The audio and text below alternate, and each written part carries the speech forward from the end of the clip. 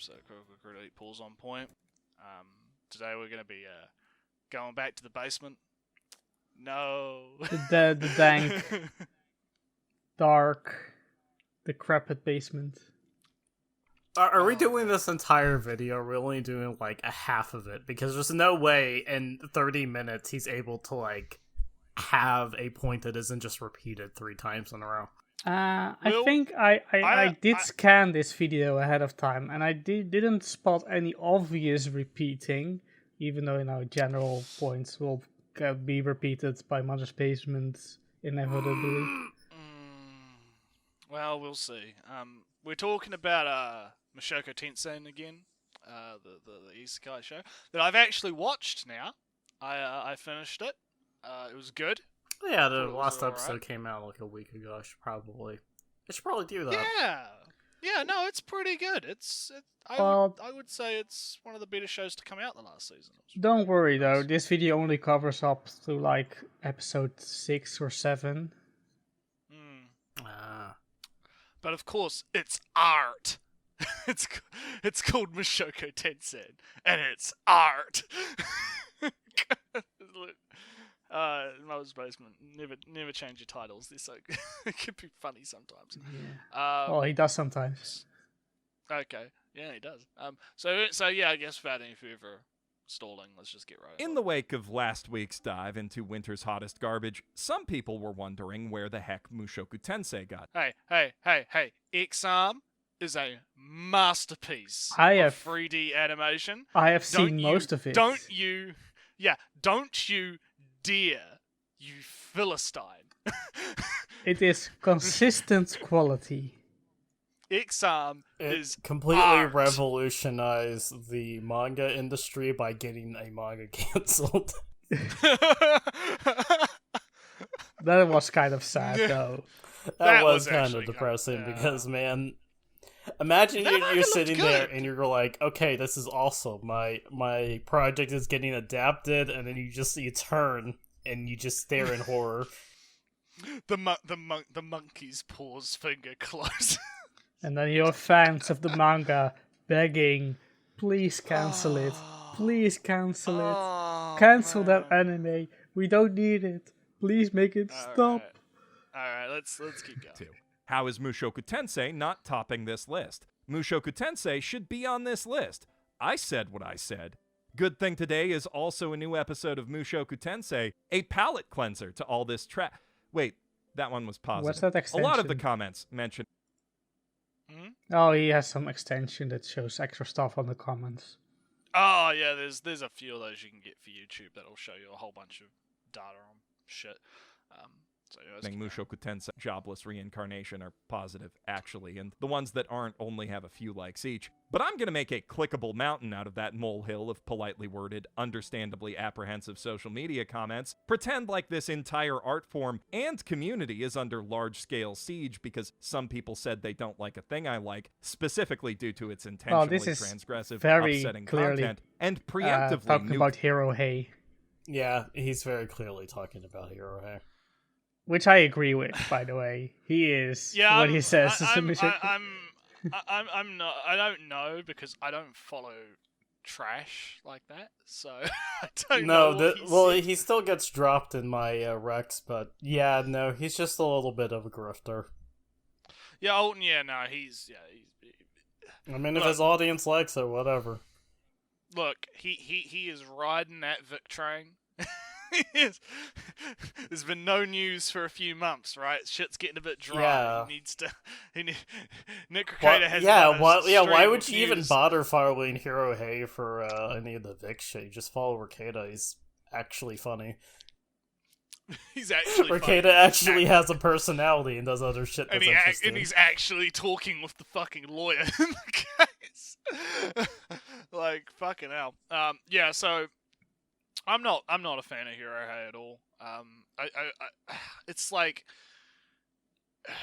the lowest of the low. Yeah, he reads a Reddit post in a thread that had only had 5 comments on the main thread, and he takes one comment. He reads tweets. Yeah, he reads tweets and makes 10-minute videos about. Yeah, tweets, also tweets, and also if one random Japanese guy says, well, those tits are amazing, then it's like Japan agrees tits should be in anime or something.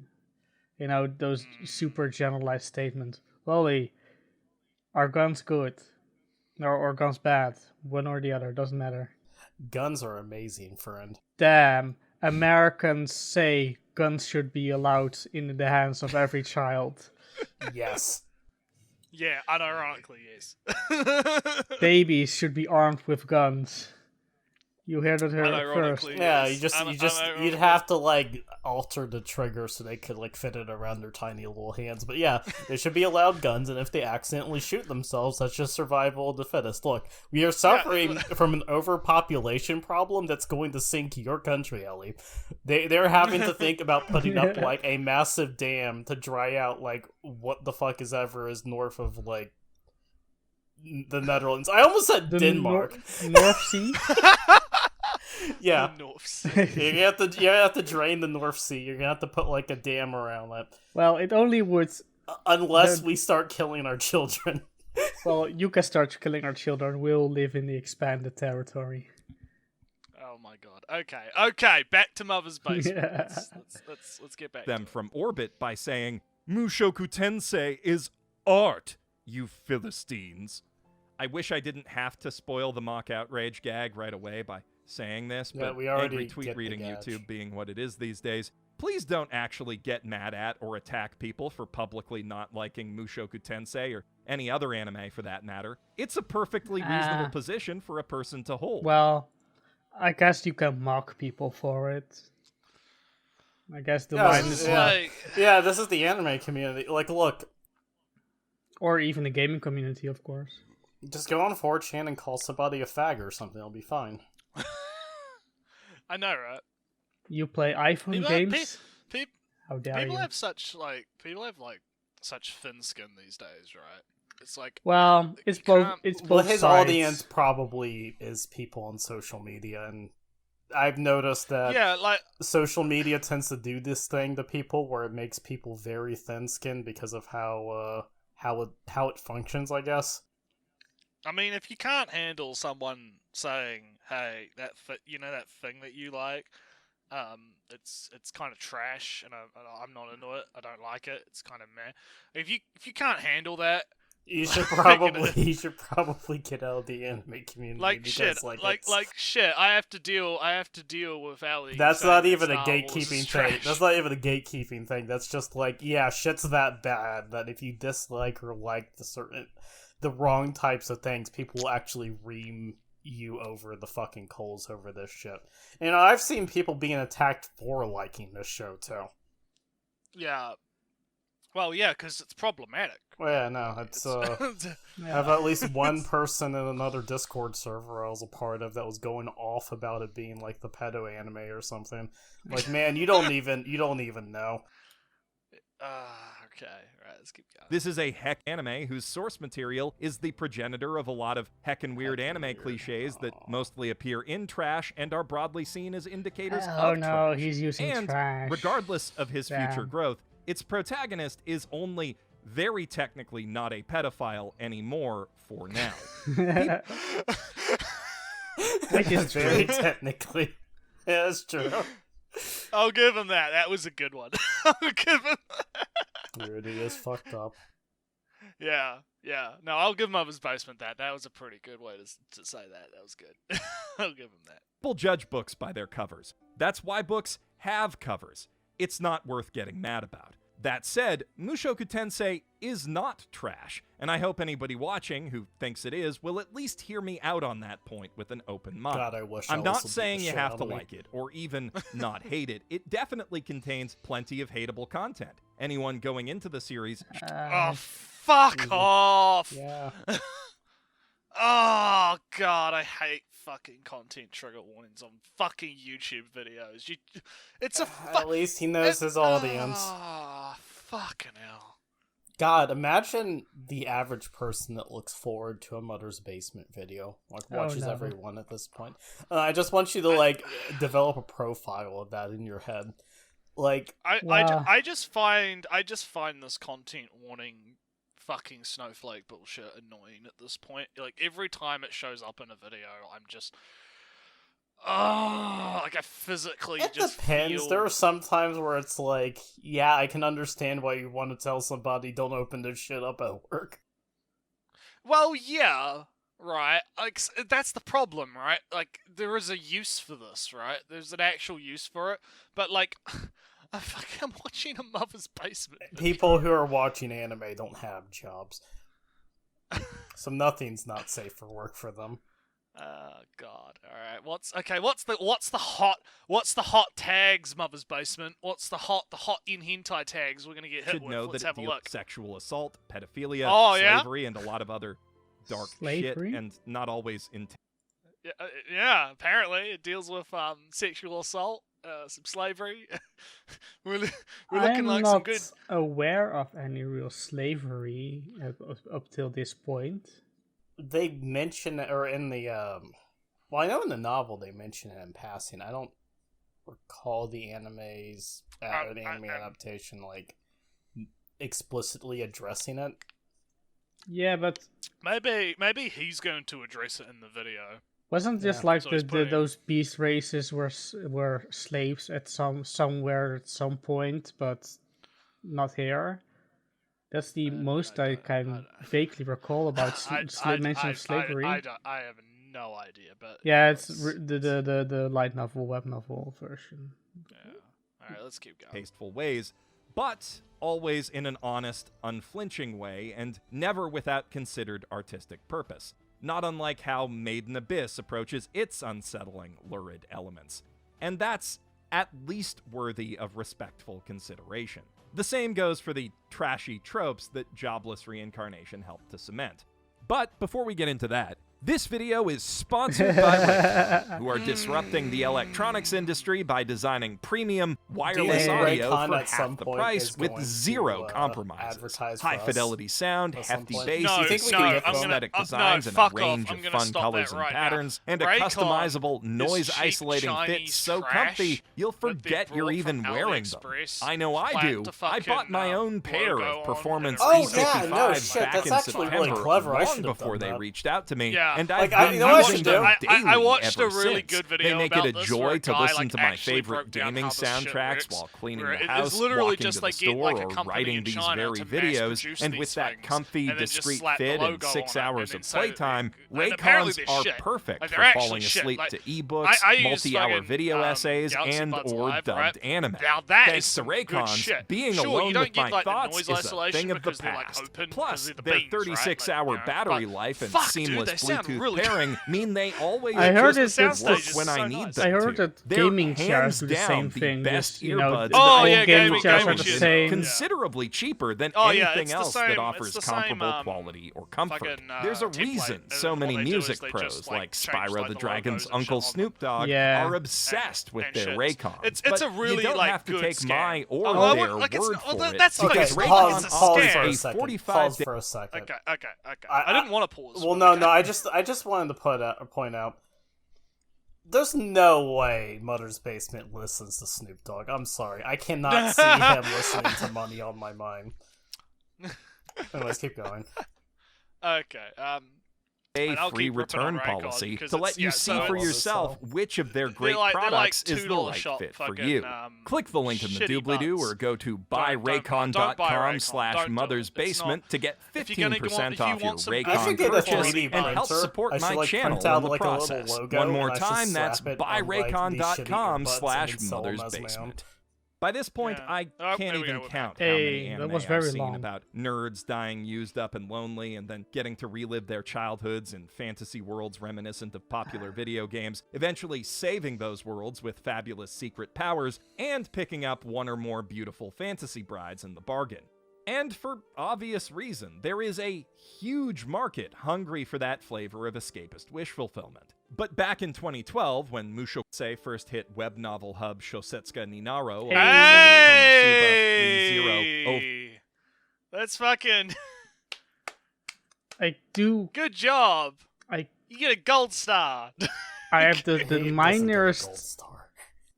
Do have the minorest complaint that he's saying it's the same platform as Overlord, which kind of now implies that Overlord came out of Mushoku Tensei, while Overlord was written way before Mushoku Tensei.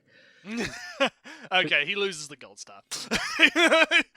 So close, yet so far. He paid attention to enough conversations about Shosetsu that it's like at this point that's like minimal homework shit. Yeah. And I mean, if you want to go real advanced, Overlord was first written on a different site before moving to Shosetsu no Ninaro. Yeah. So, but he is correct though in that Mushoku Tensei was a very early progenitor of a lot of these like tropes, right? It's one of the I don't know, Ellie, would you class as like a founding work, possibly?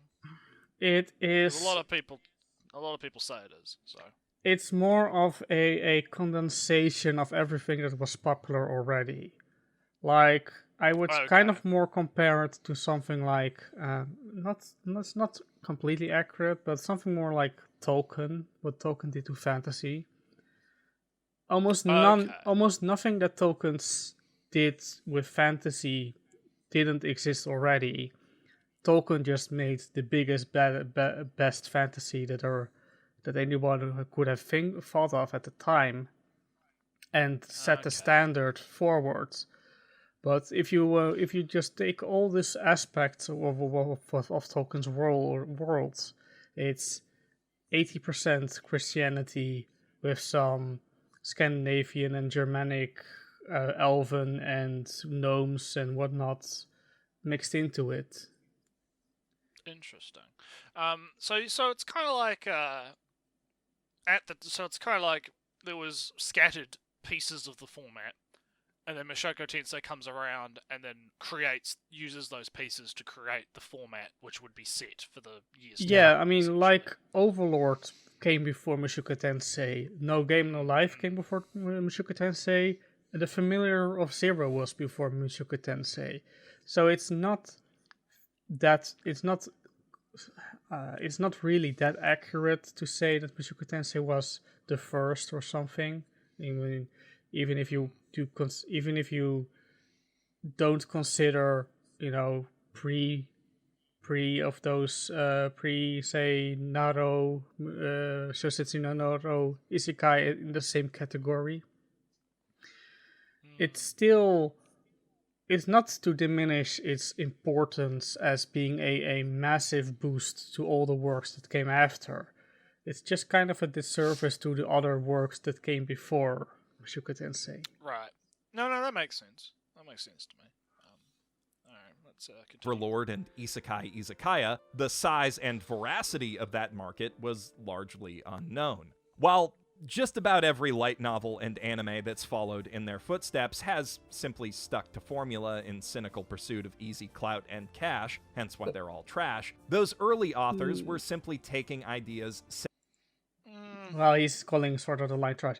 The Isekai again. Well, yeah. But Progressive is coming out soon. He'll have more content. He will. I do want to bring up. I'm going to flex my Isekai knowledge. Woo. Flex. In that he says that stuff like a smartphone Isekai and Ragnarok and some other one. Death March are somehow cold and calculated works in pursuit of money, basically, with no real inspiration behind them. This ignores, which is a very generalized statement, and something I don't even really think is necessarily true. No, because how you become popular on Shosetsu to begin with is if readers rate your story positively. If enough readers rate your story, your chapter positively and give more feedback on it, like a YouTube video, more comments means higher in the rankings. I mean, you could argue more engagement. Right? You could argue, and I'll give something in his favor, but you could actually argue that specifically because it is user rated, it could have been designed with the idea of pursuing high ratings and high interaction with users. Well, it's like YouTube, right? You want to make videos that people are going to be able to find with SEO, right? So you would find what's popular. You would tag it in specific ways to make it, and that's all basic shit that we've kind of gone over before when it comes to Shosetsu and how that works. But it doesn't mean videos give us more engagement. Apparently every story on Shosetsu basically ends with please rate and leave feedback. The funny thing is that's not even the part in this that I had umbrage with. What I actually have umbrage with is this idea that being generic is necessarily bad. Oh yeah, no, you could be generic and actually pull off. Because I think I've said it well. But the thing is that if there is like no iteration on something, like you don't put your own spin on it, it comes across as kind of soulless. That's the problem. A lot of people tend to have things that are generic, where it doesn't seem like there's a lot of font of inspiration, being derived from it. The problem is kind of that these stories are written, years ago, even by the point that Smartphone Isekai got an anime. It was written years and years before it. By that time, anime came out that were written after Smartphone and aired like the year before. It gets, timeline. It isn't like it's a story gets written on Shosetsu, it becomes a light novel, and then becomes an anime in that order, and everybody waits their turn. Now, some works get an anime earlier, some get it way later, like Mushoku Tensei, one of the early isekai of some if you want to say it like that, is getting an anime way later than Konosuba, which came after Mushoku Tensei, but got an anime really, really quickly.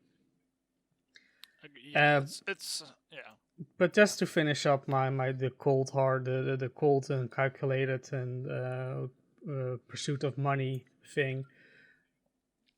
The authors want their stories to become popular, and they get high in the rankings, and because they are high in the rankings, they get picked up as a light novel, which becomes popular enough, and the work is still popular enough on Shosetsu, which proves there's an audience for an anime. And that's how progression kind of goes. It's popular. If you're popular enough on Shosetsu, you get a light novel. Yeah. Fans of the people who like the work on Shosetsu will buy the light novel because they're slightly different, because the light novels are professionally edited. And then they buy the light novel gets bought a lot, it gets an anime, and that's how it goes. So on and so forth. And to just cap that off, I was going to interject there and say that all obviously hinges on having your novel get popular in the first place, and to have your novel get popular in the first place, you have to play the SEO game. The SAO game. No, you have to play the search optimization game, right? You have to. It's very similar to YouTube. Well, very, very similar. I would kind of say it's less SEO, more like playing to the interests of your audience. Especially if you have to find that audience first as well. Yeah, but once you have an audience, then it's different. Yeah, then it's getting your work rated positively, which means honing your work to the audience of the site. Yeah. All right. That forth in the newly popular SAO and running with them in whatever direction their imagination wanted to go. Mushoku Tensei is written the way it is and contains the characters, tropes, and scenarios that it does solely because its author, don't like how he Rifujin implied Yamanote, that Sword Art Online came after Mushoku Tensei. Yeah, he's doing that fucking bullshit. I hate how that misinformation has just I'm going to update my timeline for sure. Yeah, I need to get that shit, like, you need to like put in like really bold fucking letters, SAO is not a fucking isekai. Also, it's way older than anything mentioned here. It's fucking really old. It's like, cause that one like miss. It was early 2000s when it was originally written. Right? Yeah, 2005, yeah, I think, out of my top of my head. Yeah, so it's like, yeah, people need to like that little nugget of misinformation. It just proves how pervasive that shit can get sometimes. Where it's like, man, God. But anyway, I like the author's night helmet. It's quite. All these authors are just people on the internet with a day job or sometimes writing a fun story, suddenly getting popular, and how do you deal with becoming popular? You don't show your face. You become Yoko Taro. You don't show your face at all, which is the appropriate response to becoming popular. Exactly right. So those things. They're would saying make we're for not an going to have a face interesting cam story. reveal. The series doesn't just let an otaku NEET play hero and feel up waifus as a cosmic consolation prize for his sad life. It explores in great depth the major character flaws at the root of that sadness and asks why, of all the people in the multiverse, a fantasy world in need might summon up such a sad sack loser as its savior, and what it would take for such a pitiable creature to actually become a real hero. He's about as far from a projectable blank slate as anime protagonists get, and while he's written to be simple, he's going very much praise on Rudy for being such a unique character. Yeah, he's going in real hard, and like some of that stuff like he's talking about, like, oh, it explores why would someone like this be summoned into the world, and like I don't even recall the anime getting into that yet. No, he has the conversations with the fucking mannequin god. He told the human god. Yeah, like he's talking with him, right? But it's like even the god is like, yeah, nah, dude, I didn't fucking do this. The god's like, yeah, nah, man, this ain't on me, bro. I didn't do this. Also, you have people levy the complaint that all these isekai protagonists are blank slates without any real personality, which I don't agree with most of the time, because somebody like Ainz is very characterized by his sadness. Oh yeah. Somebody like Subaru is very characterized by his facade of confidence, and so on. And I wouldn't be able to say that like Subaru of ReZero fame. To be fair, to counter that a little bit, you are talking about shows that are considered to be relatively bigger, right, and more popular. And when I think that when a lot of people make the complaint about the bland ones, they're typically talking about the lesser, the generally lower, less popular quality-wise ones, where it's like, like your Death Marches and your... I think that's why I kind of like have a distaste for when he specifically uses trash in this instance, because he's basically demonstrating by his examples, and you guys are demonstrating by your examples, that the actual, for the lack of a better word, though I do hate the term, tropes, story elements, stuff like that, they aren't bad by default. It all comes down into the execution. Yeah, I agree. It's a common problem that people fall into, where they'll be like, I had an interaction on Twitter, and this might be a little bit off topic. But Ali, you'll like this. So what's it called? The Villainess one, right? Yeah. We both watched that, right? Yeah, I actually started watching that recently. I'm like halfway through the first season. Oh, good. So you'll be able to comment on this then. So I was on Twitter, and I think his name's Lude on Twitter. He was like, "Hey, is this show good, right?" And so he put out like a call because he was thinking of watching it, right? And some fucking dumbass, this dumbass is like, "Oh, it's just a typical harem isekai." And then he quote tweets that guy and is like, oh, I guess I won't watch it then. And I had to be like, whoa, hold up. Hang on a minute. Hang on, well, just first of all, it's saying it's a harem isekai is kind of disingenuous because it's a reverse harem. First of all, when people think of harems, they're thinking of guys surrounded by cute girls. This is kind of the opposite. Also, it's very light on romance at all because it's so not a focus of it.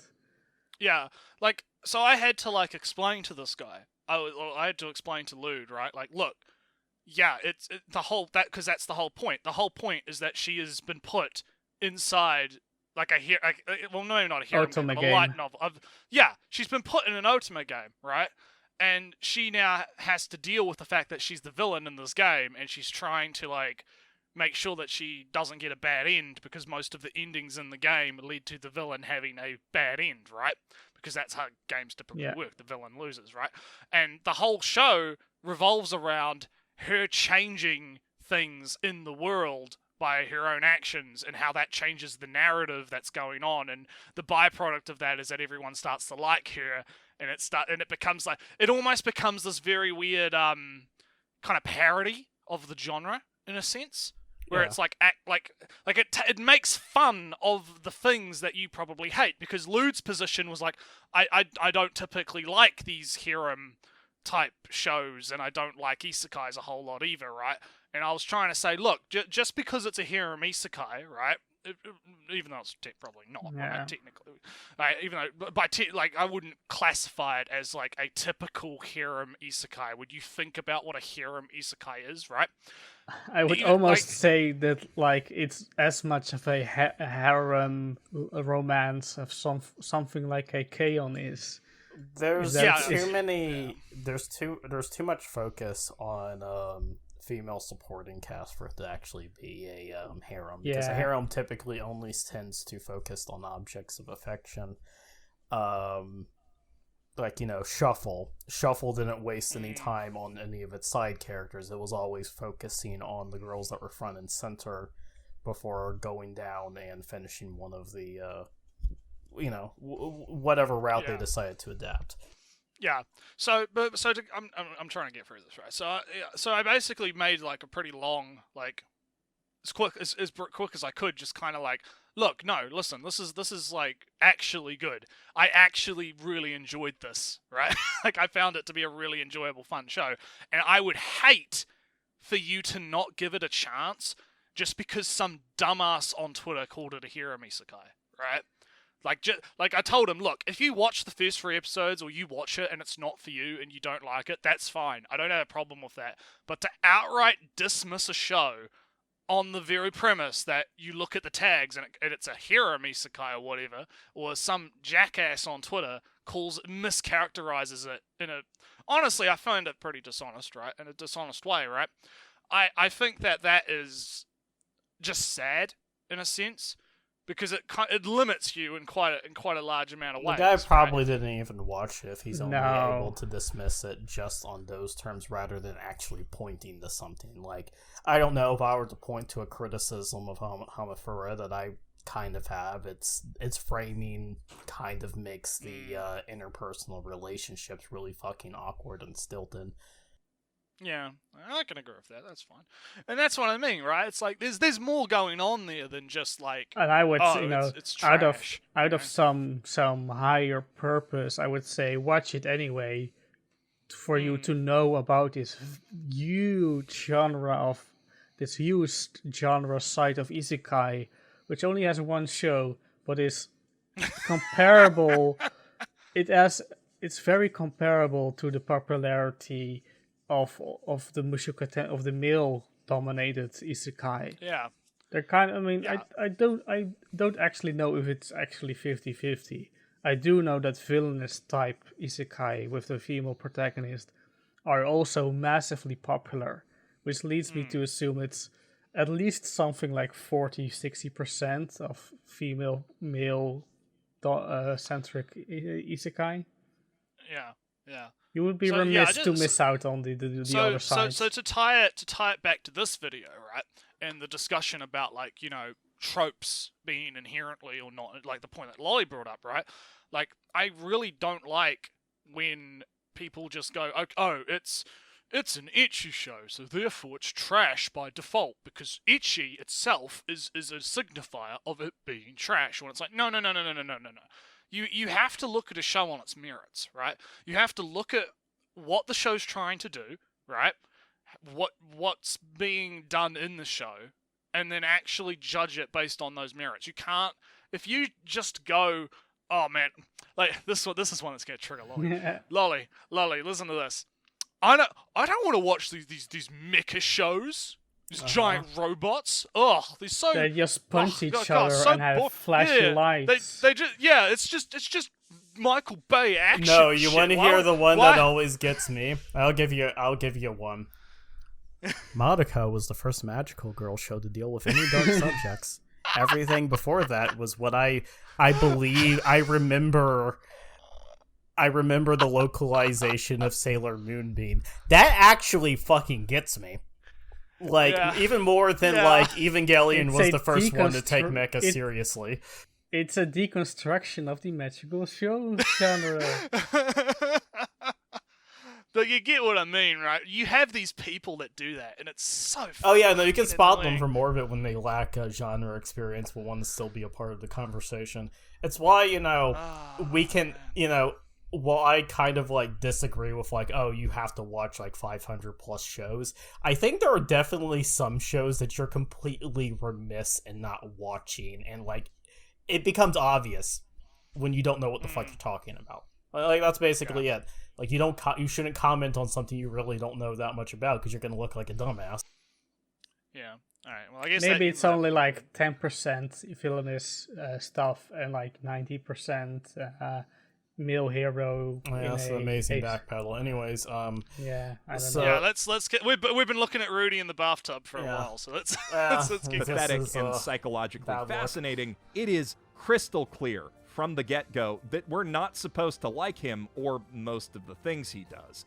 The man who would be Rudius Greyrat was an unambiguous piece. I think that the dislike is not necessarily true, because there are things that are like obviously trying to like show why he became the way he is, and when you do that, you're trying to build empathy with an audience. Yeah, I agree with that. It's not like there are actual reasons he turned out, and the reasons are actually somewhat believable.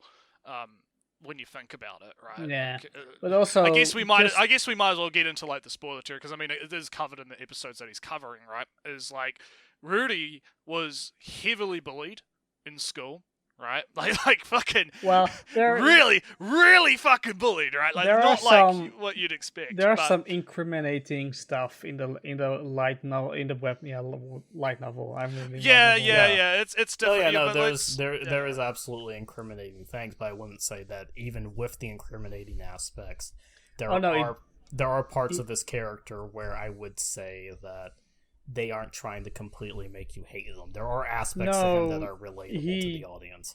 He didn't deserve it, but it is a kind of a consequence. Well, that's a bad thing. Basically, Rudy in his previous life just became lazy and went to a bad school so he can be the big fish in a small pond, not really thinking about that a bad school has bad people in it. And then there he was, a lazy kid who was too smart for everybody, being all smug-like, and then he got bullied hard, and then he ran away. Yeah. Not to say that he deserved to get bullied.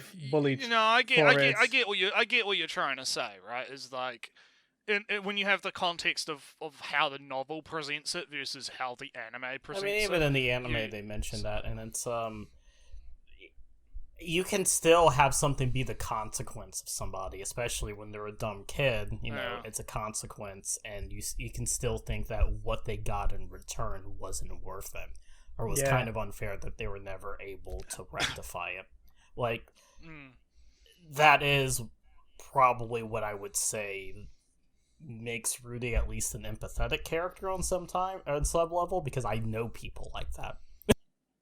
Yeah, and I think, Yeah, it's definitely a case of like, and there's also the fact that once he has been transferred into the new world, he's actually trying to improve himself, right? Like there is this idea of self-improvement going on with him actually being like, hey, I fucked up in my previous life. I've been given a second chance. Let's not do that again. Yeah, right? And then the issue fact, is, and then he has to get over obviously his past traumas and slowly develop over time. And there's a bit more going on than I think Mother's Basement is sort of. He does fall back to his bad habits like every single time.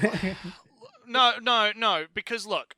The lewd shit is not what I'm talking about. Oh no, I'm talking right? in general though. No, because like I'm talking about like the laziness, fuck it, I'm just gonna stay at home and not do anything. I'm gonna be. That's why I try to say this is kind of like fantasy therapy for Rudy, because people who undergo therapy often fucking relapse. Yeah, and I think Rudy relapses quite a bit actually. Mostly of his his attitude. His attitude is kind of still the same. I don't see where you. I don't see keep going.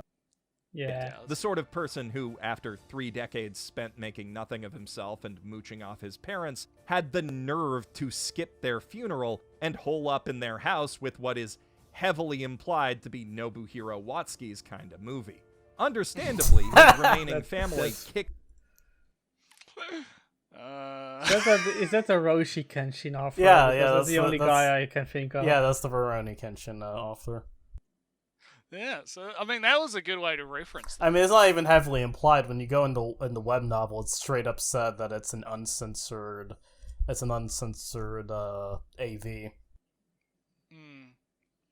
So like that was super fucking sketch and illegal. Well, in the light novel, it just says it's uncensored AV. In the web novel, it's apparently it's it specifically says uncensored lolly AV. Yeah, even though it's bad. Yeah, pretty much. Him the fuck out after coming home to find that. And right then, when he's being forced into a reckoning with the emptiness of his own existence, he spies a truck barreling through an intersection toward a group of teens. And without hesitation, he trades his life long wasted for theirs still to come. He does hesitate, though. Yeah, he does hesitate a little bit, but whatever. Just keep going. So he's also that sort of person. The kind who would put his life on the line to save a stranger given the chance. Thus, powerful cosmic forces decide to give him another one. And that cavernous contradiction at the heart of his character does everything to define how he takes it. そんなに無防備だとお触りしちゃうぞ。The very first thing we learn about Rudy, the thing that defines him as he takes his first steps into this new world, is that he's a pervert. Not horny. He won't be physiologically capable of that for years to come, but his hikikomori habits have conditioned him to act like he is, because it's the only way he knows to have fun anymore. Thanks to sharp writing and comic timing, his vulgar inner monologue and lecherous behavior are at times about as funny as that stuff gets in anime. How funny that is depends on your taste, but he's also just straight up sad. That's real weak to argue anything. Comedy is subjective. At this point, he's just. He's in. Well, you have to think of who he's selling this to. Well, he switched this into I'm going to explain the show to you now. Yeah, right? This is why you should probably just keep going right now, because honestly, I'm not going to be here all day. Blinded by love don't yet see Rudius for what he is. Their maid this Lilia, is a summary who, of as we'll episode learn, 1, has 2, 3, experience I guess. being leered at, immediately recognizes By the way, intent behind these. I don't know if I woke up tomorrow and Rudy's mom was in front of my face, I would probably be trying to call alone as well. She is. It'll take Rudius far longer than that to learn anything from it. But from the very beginning, the series is Ponytail is harmful to the women he forces it upon, even when he's just looking. And that might have been all that defined. To be fair, he didn't intentionally force it upon Sylph, by the way. He actually thought Sylph was a guy at first. Yeah, that was like an actual that that wasn't a case of him being horny. That was an actual genuine mistake on his part, and he genuinely feels bad about it too. Yeah, like he actually does feel bad. Like he feels remorse about it. That's he does reconcile it. That's what's interesting about that episode for me, because it's very obvious that Rudy is emotionally stunted. It's why I always kind of hate the argument that people throw out that he has the mind of a 35-year-old. No, he has the mind of somebody stuck in middle school. I'm sorry. So a lot of what he is engaging in, and a lot of the mistakes he makes and the habits he falls back into is like indicative of somebody who hasn't quite fully developed his moral compass. Like, a lot of the times he only thinks of like what type of trouble he would get in if he fucks up. Or, in the case of Sylph, he straight up cannot read the situation and read between the lines, which causes her to get upset. Yeah. Did you read the novels, though, Lolly? I started reading the novels, but I switched over to watching the anime because I wanted to catch up, so... Yeah, light novels always have more detail, but they're very... I was reading the light novel, not the light novel, because I can't trust the light novel translation in English. Well, it's the fan translations that I'm reading, so... What? You'll have to point me towards the English fan translations, because the only thing I can find is the published light novels in the US. The Seven Seas one, which is... I'm not going to get into that, because that's actually disappointing, but... That's a whole nother discussion. But anyway, Ali, what were you trying to say based off the novels? I don't know. You were saying something about how the novels had more detail to that scene. Oh no, that's just a general statement. I mean, I could.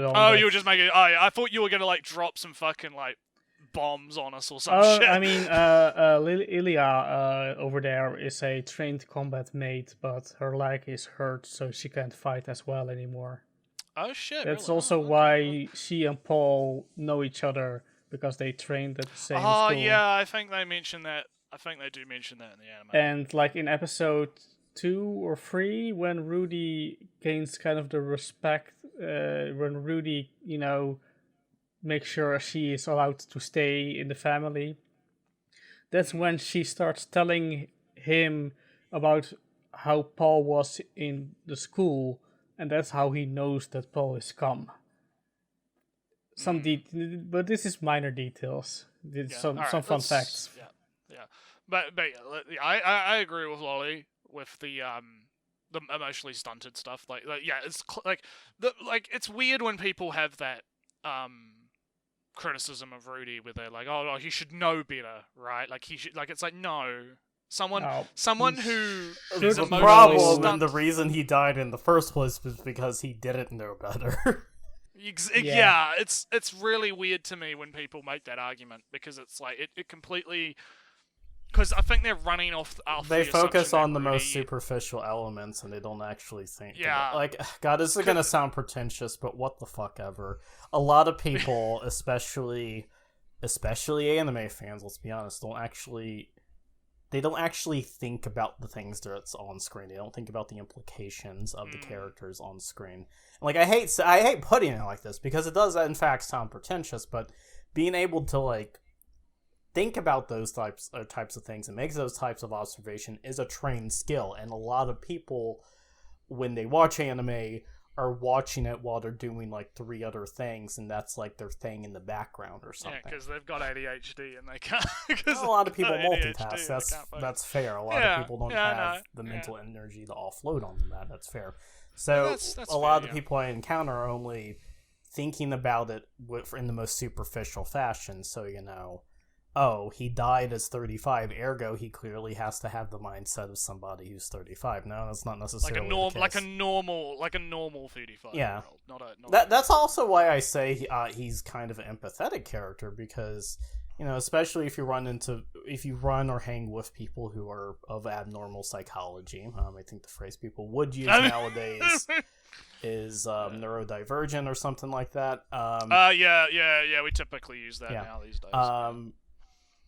Yeah, I know some people don't like that neologism, but I actually kind of prefer it, because it kind of de-escalates the claims of like somebody being mentally unwell or something. But if you run in those types of circles, you'll encounter people who are like well into their 30s, but still do have the mindset of somebody who's in their adolescence. Yeah. So for me, and for a lot of people, and I guess a lot of people who would normally watch anime, and this is making an assumption or whatever, yeah, they can relate to Rudy because they might have done something, or they might have been in his position, or they themselves might be emotionally stunted to an extent.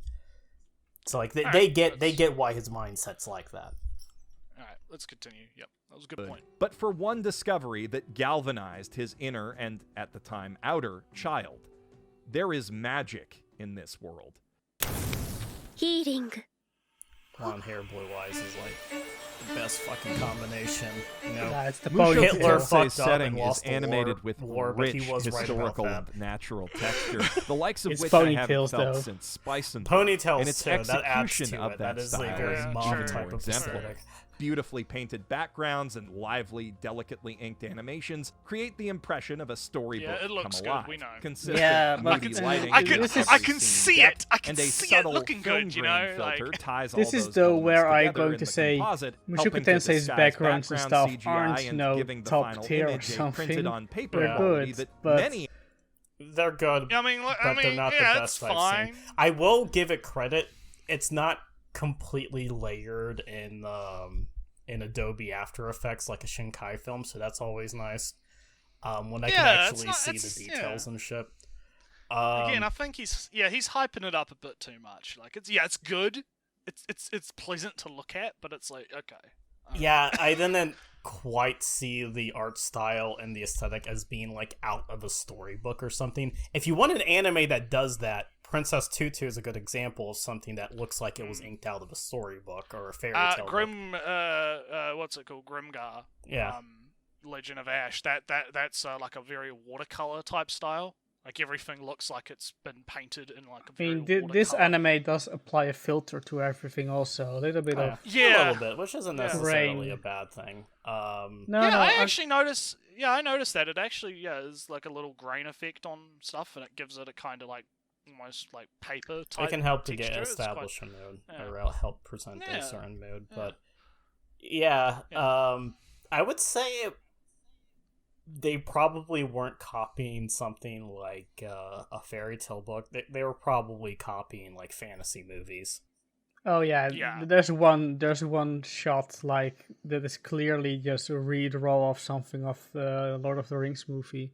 Some house by a river anime have with tried and a failed water to wheel. achieve with actual paper filters. There's a lot that other paper anime filters. Wide-angle productions can shots learn and from stuff this like one that on are a really purely good when you're technical trying to level. establish But the what's idea even of more an important adventure is how or a all of journey. these elements come together to immerse you in its world, all so that the even more beautiful magic effects can blow you away as much as they do Rudy. From the moment Zenith first lays her healing hands on him, a second obsession is born in the boy, and until Roxy arrives to tutor him, the joy he takes in exploring and discovering that is kept entirely separate from his first one. When he's up in the attic playing with water balls, Rudius is just a kid, messing around and learning with the single-minded determination of youth. Even after he meets Roxy, Yeah, while this he is does very much ogle her summarization during lore again. lectures, he learns Also, quickly the that there are magic is dangers pretty, to but Son of distracted Healing casting wasn't and generally tones down amazingly his pretty. antics when the It's more wands the presentation are out. around When she's it that taught made him it- his final Yeah. lesson, I mean, and it he is well moves on to animated. teaching Sylphie and Yeah. I can Aerith, actually despite identify being that an as absolute creep outside very the well classroom, he still takes their animated. lessons seriously inside it and avoids doing anything that might disrupt their learning. Magic practically becomes a platonic island. in the Man, sea he of really does sex put, and like, no perversion that is fucking this medieval world, and effort into working his hard fucking at it, script, seeing because the he really women in is his just life do the explaining same, how shit's is the going main down. catalyst that spurs Yeah. So his I'm not growth pausing, as a 'cause there's character no point in and pausing, his 'cause growing it's respect just- for them, I'm not as explaining what I characters, like but about the people. show. Although I'm going to every explain time the show he to expresses you. that respect, like- the show comically Dude, contrasts the Okay, I am going to pause here, right? Because I'm going to rant about this for a little bit, right? Like, I can just watch the fucking show. I don't need you to explain the show to me. That's not what your job. Your job is to try and get me to watch the show, and you like explaining the entirety of the premise and the plot to me like this is like it's not really that It helpful. doesn't work in for that. you, but it probably does work for his audience, who are probably putting this on in the background, and it's like, Maybe. is the show good? Yes, no, and then they'll give the explanation and the bullet points. I don't think he gets that, but that is what most people are probably watching his videos for. Yeah, you're not wrong. These aren't quite reviews because they're not actually doing a lot of heavy analysis. These aren't quite videos about a topic because there's no clear line of logic or rhetoric. These are just a general point of view. This is why I find these boring to do, by the way, because what's there to criticize? It's just bland. I mean, it's junk. I mean, we are having good discussions around, like. Yes, off the things we branch off of it to the point where I'm wondering, man, maybe we should have just done a podcast for Mushoku Tensei. Yeah, maybe next time. Next time we do a Mother's Basement everybody, video, okay, guys, we're going to decide on a show to watch this season, and then we're going to do the gay ass review podcast. There you go. That's what we should do. We're gonna become the Trash Taste podcast. Kill me now. Somehow I'm not that much of a degenerate. I mean, next time we do a Mother's Basement video, we'll just mute it and put it in the background and just talk about the show for 2 hours. Just put it on a loop. You wouldn't even be able to tell. You wouldn't be able to tell, yeah. We could just use it as stock footage. No, what we should do is, like, man, you know what we should have done for April Fools? We should have just, like, did an audio of a completely different Mother's Basement video. Put it on this one, and then just, like, see if we could make it match up somehow. Yeah, remove all references to the show names. Like go into if you don't even watch it. Don't even watch it. Like, just, like, pretend that you're watching it and see if, like, we kind of come up with criticisms that are salient. Oh, man. Alright, let's keep going.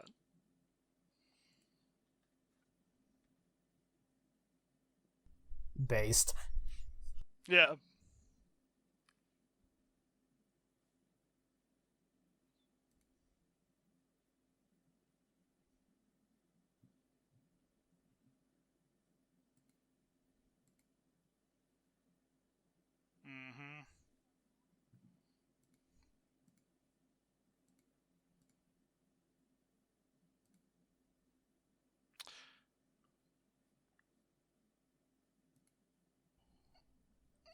Who died? I think Ellie died. I think he did die. His internet's been a bit weird. Well, we'll just have a chat for a little bit because I did want to bring up, like, I actually really like this. He's back. I really do like this following the character's entire life story type thing. Mm-hmm. Because it's not actually something that I've seen a lot. At least I haven't, like, encountered it quite a bit. But I like this idea of getting to, like, see someone develop through all... Because typically when you get to these types of stories, right, it's usually they fast forward all of that development and go straight to, like, teenage years. Yeah, or it's like a continuation of a story, like with, Nanoha A's and Nanoha Strikers, where it just skips forward and it's actually a continuation. But yeah, very little, and it is also partially because of nowadays it's harder to do that because how time slots work. So you have to have, like, very structured, and you have to have, like, a set era or a set thing in mind when you're going about it. Yeah, not quite age related, but you did see this a lot with science fiction anime, where it would follow a war or whatever as it developed. Like Legends of the Galactic Hero is a good example. It actually takes place over the course of quite a few years, so you see the characters age as they become leaders, and at the same time you're seeing this war progress, and you're able to see how it changes them, how it changes their mindset, how it corrupts their ideals. It's interesting. That type of long-form storytelling is just kind of non-existent in television nowadays. Well, hell, I would say even like other outside. Well, yeah, no, that's why I say I say television in the general sense, but like movies, it's a bit harder to do that. I guess obviously. Eureka 7 was a rather long-running one, and after that, I mean, I guess Yojo Senki would continue for a little while. I didn't read the light novels of it or web novels. Yeah, but Eureka 7's also not about Renton's life. It's about their his childhood romance with somebody. Also, the robot surf, so that's pretty cool. Yeah, the robots. That's why I mentioned it. And master of multiple languages over the course of his hero's journey, but not because those abilities are just arbitrarily handed to him by God. Having an adult mind piloting his child body simply allows him to direct its innately accelerated learning ability and train his still-growing form to do magic in ways that people who start later in life simply cannot. I don't buy Mother Spaceman's argument here that Rudy isn't overpowered when he just, and then the next sentence he says is that he has a massive advantage. Yeah, that's kind of weird, right? Like, you can't really make, like, he is overpowered, but he's not over, like, it's weird because Mother Spaceman is correct, like, and he's identified it, right? Rudy is not overpowered in the traditional sense where his power is divined by, like, God, right? But, because you'll have... and this is something that Roxy mentions at some point. Maybe he'll mention this at some point too, but he can cast certain spells without having to recite everything. Which is actually a fairly rare ability, because Roxy can't do that. That's why she stops teaching him for a bit. But we could assume... I mean, obviously, because I can only go off the anime. This is like saying that somebody able to make guns and, like, they immediately, while everyone else is using single shot rounds, is using, like, a semi-automatic, that doesn't make them overpowered. Yeah, I get what you're saying. Yeah. But, so, like, somebody who is brought up in a rich family with the highest education available right at birth is not overpowered compared to somebody who lives in the slums. Well, it depends on their environment. If he's brought up in the school that is in the slums, yeah, he's probably overpowered. But, like, if he's in with, like, utter rich bitches in that kind of context, yeah, that would actually be, like, super fucking OP. And the context is actually important in this case, because... Exactly, yeah, and that's the problem, because, like, yeah, he unlike other isekais where it is actually kind of common, where you would have the character receive, like, overpowered powers from, you know, whatever deity brought them to that world, or via, like, other means, right, or, you know, stuff. I do want to say that it's a little bit different, but he still has aspects to him that, compared to other individuals in the world, would definitely be considered to be overpowered, especially for his age. I do want to say that most I don't know actually, but there are a lot of isekai where the main benefit is knowledge. Like villainous, almost all villainous story, the main advantage that the protagonist has is that they know they're in a game of some kind, or the world they are in follows some of those rules. Magic and Knights was also not one, because apparently I still have yet to watch the show, but I had people pitch the premise to me. The guy's a programmer, and the magic system in the fantasy world uses... I've heard about this. Yeah. I've heard about this, yeah. What runs on Arch Linux, I guess, or something like that. Yeah. Something like that. There's also, there's the one which is about the baby. I was reading that. Also the Gun Otaku one. Yeah, the rip manga decks guys. Can I get an F in the chat? They'll be back in like a week. Yeah, they're working on it. But, I was reading. Yeah, I can never forget the name. I always forget the name, but it's the one which is like she's like a programmer or something, and she dies. I don't know if it was due to overwork or something, but she ends up dying, and she gets reincarnated, and she's similar to Rudy in that she is like an adult mind in a baby's body. But the magic system in the world is very similar to how programming works. So she's immediately able to go, oh, I know how to code, and this is like C+. I'm just gonna code me up some fireballs. Or it's something like that, right? And then she ends up, like, I think where it got up to is like as a baby, she's now like part of like the Magic Council, and it's it's really kind of silly. Be fun? It's really silly. You know what would be really fun silly. though? Like just if you take this to its logical conclusion, it's not just that it's like programming; it's that like each individual school of magic is like a different programming language with different functions. Dude. I think that would actually be pretty fun. Yeah. Yeah. But to go slightly back to the point, we are coming up with other isekais where the main benefit, the superpower, is not some actual superpower, some increased mana pool out of their own, or some ability to fly. It's knowledge. It's modern knowledge. I'm reincarnated. Into another world as a veterinarian. Oh, this guy's a veterinarian. He knows about this modern germ theory and whatnot. I'm reincarnated as a doctor. I'm reincarnated as such. Or I was a lawyer who is reincarnated in a new world. No, he knows law. He can settle disputes and whatnot. The point is, I would say that getting overpowered on their own, like I don't know, actually. Yeah, no, I get where you're going with I mean, I think it's harder. We're getting a bit in the weeds, but but I'm having a harder time thinking of an isekai where the main protagonist is overpowered just because. I think like Overlord is like one, and maybe but Overlord No Game No Life. Can of worms, yeah.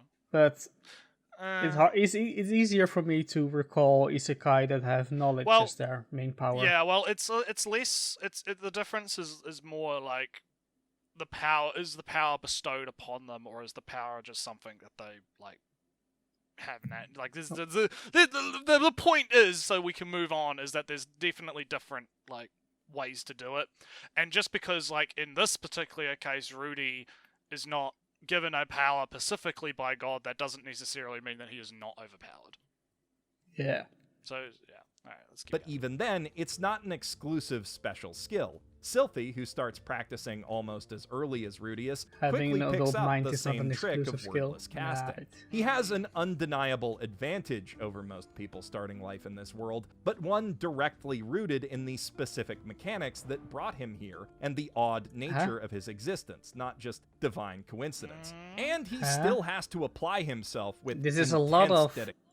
but not really though. Don't worry about it. It to is achieve divine what he coincidence, does, fueled though, by because he some was innate brought here interest in via the subject matter. Nerds very do spiritual love lore and nature. magic, but mostly Yeah. a lifetime of deep-seated, agonizing regret, which shoot, also Trunka. believably hampers his growth. It takes years and a lot of encouragement from his kind, understanding teacher just to work up the courage to leave his house. He draws on that regret in episode 7 when he has to talk. But he really, this overcoming this trauma is really just settled in like 5 pages or something. Well, Yeah. And one it's episode, literally she's just like, yeah, we're riding now, let's go. yeah, but the thing is though, do you really want to spend like rather than 5 pages? Do you really want to spend 5 chapters dealing with like that? You gotta. The thing like, is, Mother's Basement presents it like this was a humongous challenge, a big important plot point. It really, it's not really treated as much as in the light novel or the web novel or the anime. I mean, it depends on how it's presented, I guess. Because in the anime, at least, it is presented as, like, for him, it's a big deal, right? For him as the character in this, like, even though, yeah, it doesn't actually take that much time narratively for him to get over it, it is still, for him, a really big achievement to be able to. It's a big achievement, out but of the he's house. he's overselling, like, its importance in that episode alone. Yeah, no, I agree. Like, I'm not Like agreeing the with real Mother's Basement. emotional payoff in that episode is when they're actually in the field practicing water magic, and he actually graduates. That's the actual emotional bit. Yeah. Like the getting over the trauma is more like a side. Like bit of It character parallels development, I guess. it parallels with a major growth period in his life, which is the graduation. Like there's actually a parallel there. He's getting over something major, and he's growing up in a way that he wasn't able to grow up before. Yeah. All right, let's keep. Eris into not giving up on the aspects of her noble womanly studies, specifically dancing, that she's just not good at and doesn't like doing. He's lived that way and knows exactly where it leads, and in his new life has come to appreciate the rewards of hard work, especially at something you're not good at. That scene resonated with me on a deep level, and the subsequent scenes where he helps her nail her birthday dance and then awards both her and her bodyguard fucking pause. So that resonated, man. Does Mother Basement really think he's really fucking good at this? I don't know. I even doubt that Rude. Like, Mother's Basement going out of his way to, like, do something he's not good at and succeeding would be to get an actual job. Oh man, to harken back to a fucking classic, it would be to stop using plastic utensils. It'd be to stop using plastic utensils, or telling his girlfriend not to post images of herself on the internet, or anything that requires actual balls and putting your feet down. Oh god. Now we're just insulting so people. personal attacks aside, right? Yeah, again, this is just flagrant assault on his character. This is just more of the same, right? He's just saying, "Hey, I'm going to explain the show and what happened in the show." And I do think he's again overselling Rudy's worth ethic. Oh yeah, he is. He's definitely like overhyping this quite a bit. The reason why he's learning the beast language is because then he can hire beasts maids. With 10 years. No, that comes later. He has an interest in learning the beast language first, and then the other guy talks to him in the library and is like, they both have a connection, right? Like, he has an interest in learning the language, because he's learning languages anyway, and he's trying to learn, like, the world's languages, and he's having trouble with the beast language, right? So, and he's trying to learn it. I think that maybe it's. I'm pretty thinking sure. it wrong. I'm pretty sure that his driving motivation for learning the beast language is not just because it would allow him to hire beast people as maids. I think that comes after he's already got an interest in the language. Once he talks to the face. That's just further encouragement.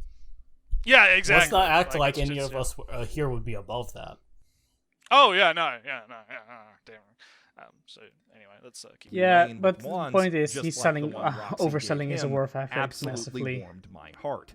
Immediately afterward, he's given an opportunity to ruin all that again when he wakes up in Eris's bed, and for the first time, out of respect for her hard work and understanding of how much she treasures both his and Ghislaine's gifts, Rudeus doesn't take that opportunity. Clearly, he is growing. But while not assaulting girls in their sleep is sadly progress for him, it's not even the bare minimum. He still has to unlearn a lot of bad assumptions about women and sex that he's built up through a lifelong diet of anime or just porn personal games. relationships. That's not just my general. interpretation of his character. Yeah. He explicitly calls himself out for it in the next episode, after what is by far his worst on-screen transgression. Content warning. Okay, pause real quick. Oh, here we go! No, no! A different thing that isn't mentioned in the anime is that he explicitly and purposefully is raising and molding Sylvie to become his waifu. His intent as a 7-year-old or something, in his interaction with Sylvie, is to meticulously train her to match his tastes, not for her to become her own person. Well, here's the thing, right? We'll see how that goes. right. Yeah, he's taken away for 5 years. No, not so. even that. Let's see how that goes if he actually tries to do that, right? No. Like, let's see. He was kind of found out by the father, by Paul, for doing that, and that's also kind of the reason why he was sent away, because Paul recognized that Rudy was a very bad influence and making Sylvie completely dependent on him, and that's why he was sent away. Yeah, also. Yeah, but that well, hang on, because that's different than him finding out the plan, right? Because you made it sound like, oh, the dad found out about the grooming plan. I'm just gonna call it that, rather than the dad was like, oh, this person's getting way too dependent on him. And Rudy is encouraging it very. Which is different. But so this is gonna be fun, isn't it, Ali? I wonder what's gonna happen when we talk about this scene. Oh no! All right, let's try and get this assault. over with. Gonna try to keep this as clean as I can, but use the chapters or timestamp to skip past it if you don't want to think about it at all.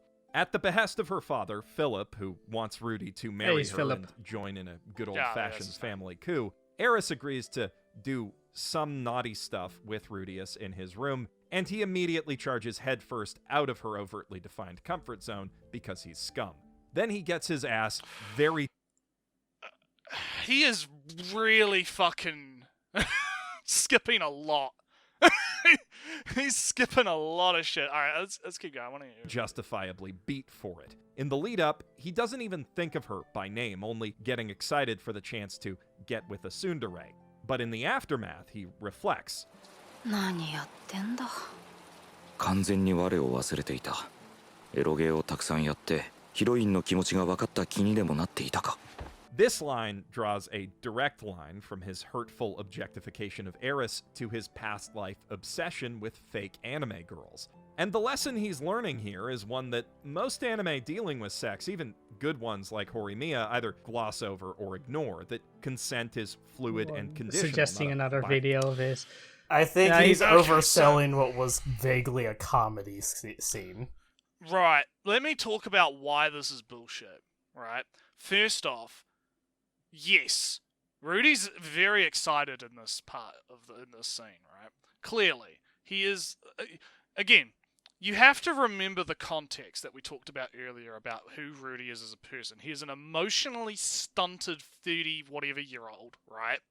Who hasn't probably had any actual sexual interactions with a woman in his entire life, right? You expect him, someone that, you know, has that background, to just be able to know boundaries, right? Without having them taught to him, right? So, but the thing is if you actually watch the scene, Rudy does initially be like, oh, I'm going to go right in, holy shit. But then he remembers the previous thing with the elf chick, Sylvie, right? Like, he remembers him getting, you know, stripping her and you know, the accident and all of that stuff, and how his father had implanted the lesson in him that no means no, because that's what the father's lesson in that thing was, right? So he remembers that and he goes, oh, shit.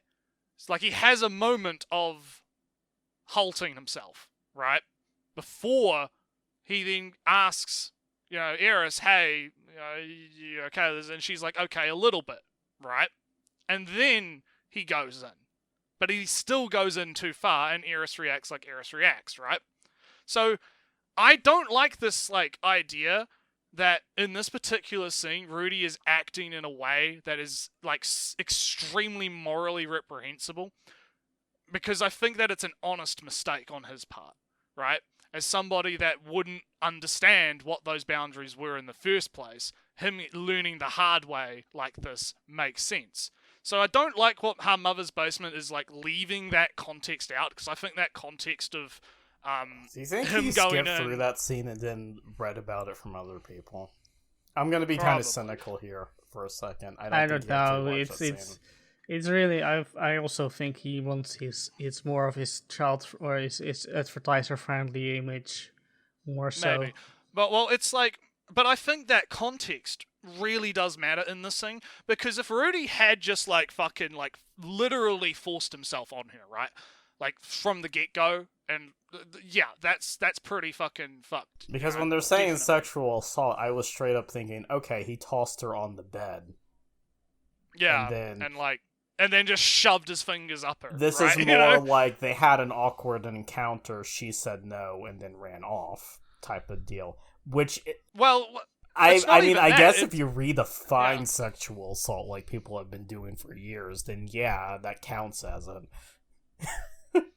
Well, I mean, doesn't that just show how fucked our idea of what constitutes sexual assault has become when you hear about this and then you actually watch, the scene and it's completely different. Like, I went in watching this scene expecting, okay, he's going to do some redo of healer shit, or he's going to do some fucking H-manga shit, and he's just going to, like, shove her on the bed, and then this is no less like, if you want something that's actually vaguely sexual assault, you look at, like, any of the initial sex scenes in, like, Goldfinger or something, where there is a very aggressive intent, and Bond in that film forces coercion upon, I forget the name of the girl in that film. I forget too. It's been a long time since I've watched Bond times. This isn't sexual assault at all. What the fuck are you talking about? Oh no, like this is like what I would expect from a character like Root, like someone. This is a scene I would have expected of an anime in general, where the tsundere freaks out over something because she's not honest with her feelings, and then fucking nails him in the fucking face. Yeah. And again, I'm gonna reiterate it again because I think it's very, very important, that part that he missed out, which is that he does have a moment of reflection in the middle of the interaction and stops himself from going all in, and then asks her, right? And then they go in and start doing the kissing and the feeling, and then as he's working his way, like finding the boundaries, then he crosses the boundary and she says no. In the way that she said, is because she's a tsundere, the way that she says no is she beats the shit out of him. And that's typical of the character herself. That's how she reacts to those types of things, right? That's been established in the show for the last, 3 or 4 episodes up to this point, is that this is how she would react to that. And then afterwards, he has another moment of self-reflection where he goes, damn, I really don't understand this. This really isn't like how it's presented in my H games or whatever. Like, I should really rethink this. And then Eris comes back and he apologizes, and it all ends up being fine. I hate this I hate this so much because it's making it out like a normal awkward sexual interaction is in some level the same as literal rape, right? And I think it's like you said, it just shows how fucked society bottom text is right now. Where, even then, you say rape, but sexual assault in its modern context isn't rape.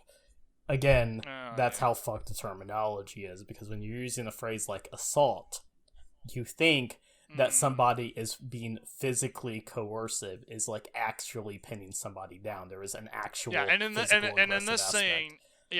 scene, he is definitely not the most you could say is that he might be trying to be... You can't even really say he's trying to be sexually coercive. He's just doing the basic motions. He's doing what normal people fucking do.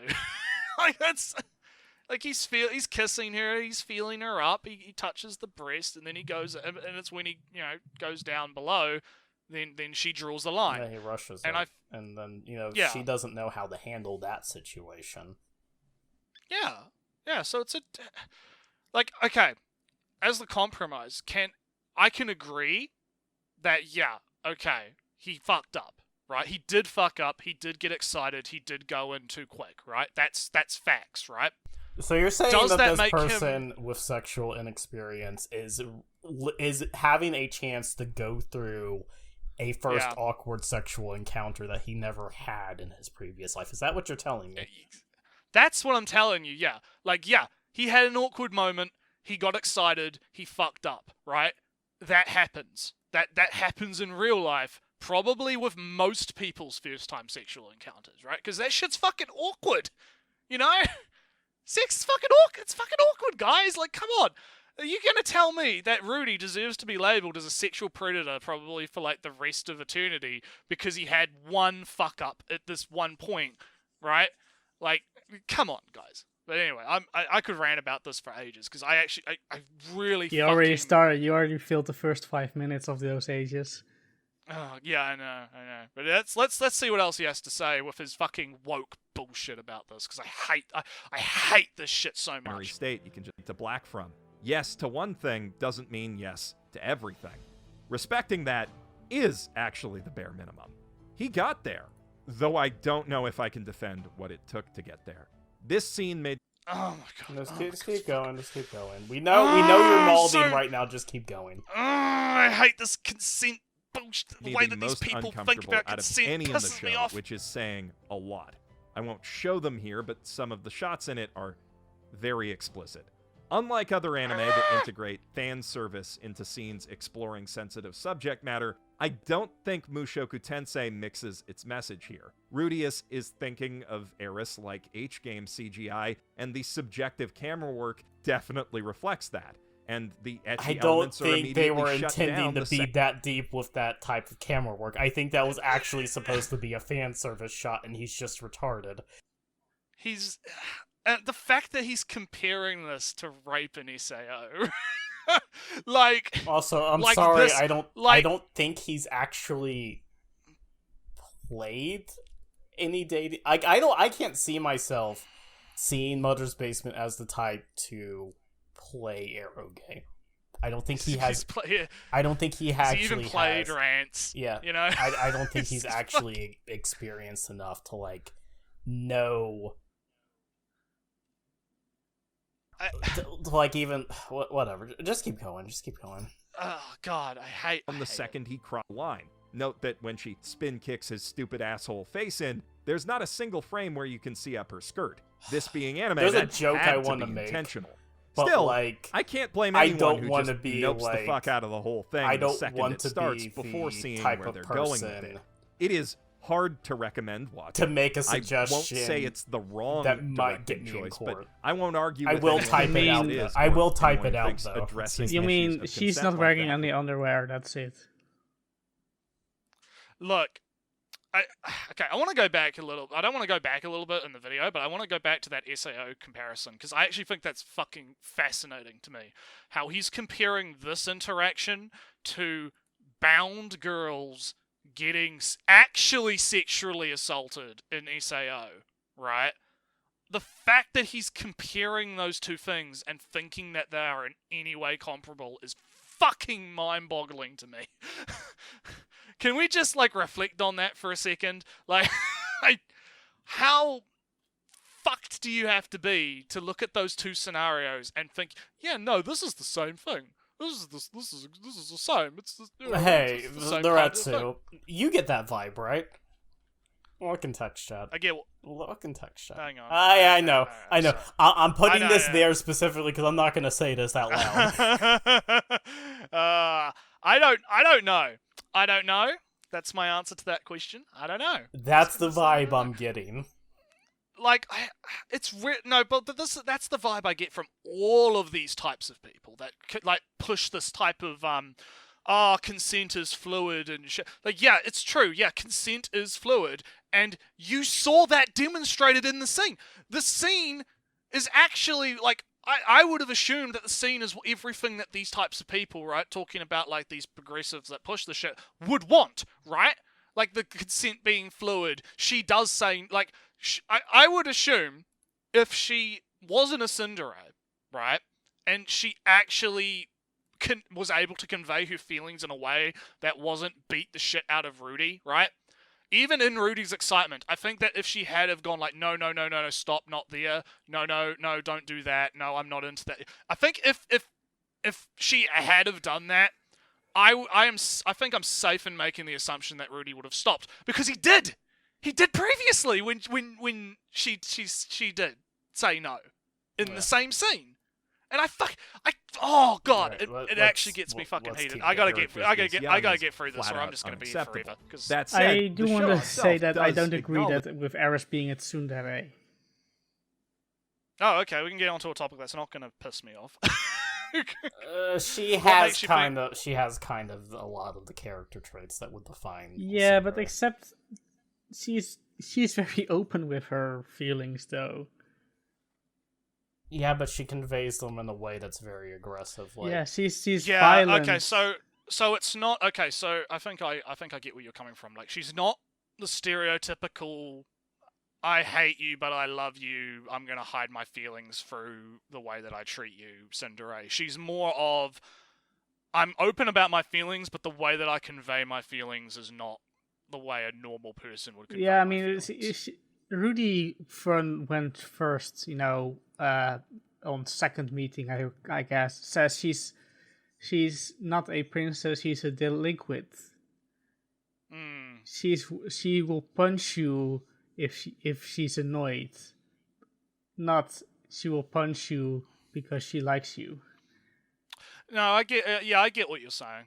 I get where you're coming from with that. I guess it's because she does, like Lolly said, she does share a lot of traits that are very typical of the Tsundere archetype. But I know I can agree with you that she's probably more like a delinquent type. Yeah, that makes sense to me. No, that's good. That's good. So yeah, let's keep going. Knowledge that the characters being put in this situation by the adults around them is indicative of a serious societal problem. The men around Rudius all give him a pass for just about everything he does, and do way worse shit themselves. Because this is a medieval European setting, and that's what Middle Ages European nobility was actually like. He doesn't even Something dare a to lot show of the other shop fantasy before anime it. What a coward. Coward. A woman with some clothes. So now he's her basically shoulders. now he's basically just going. They live in a society. Bottom text.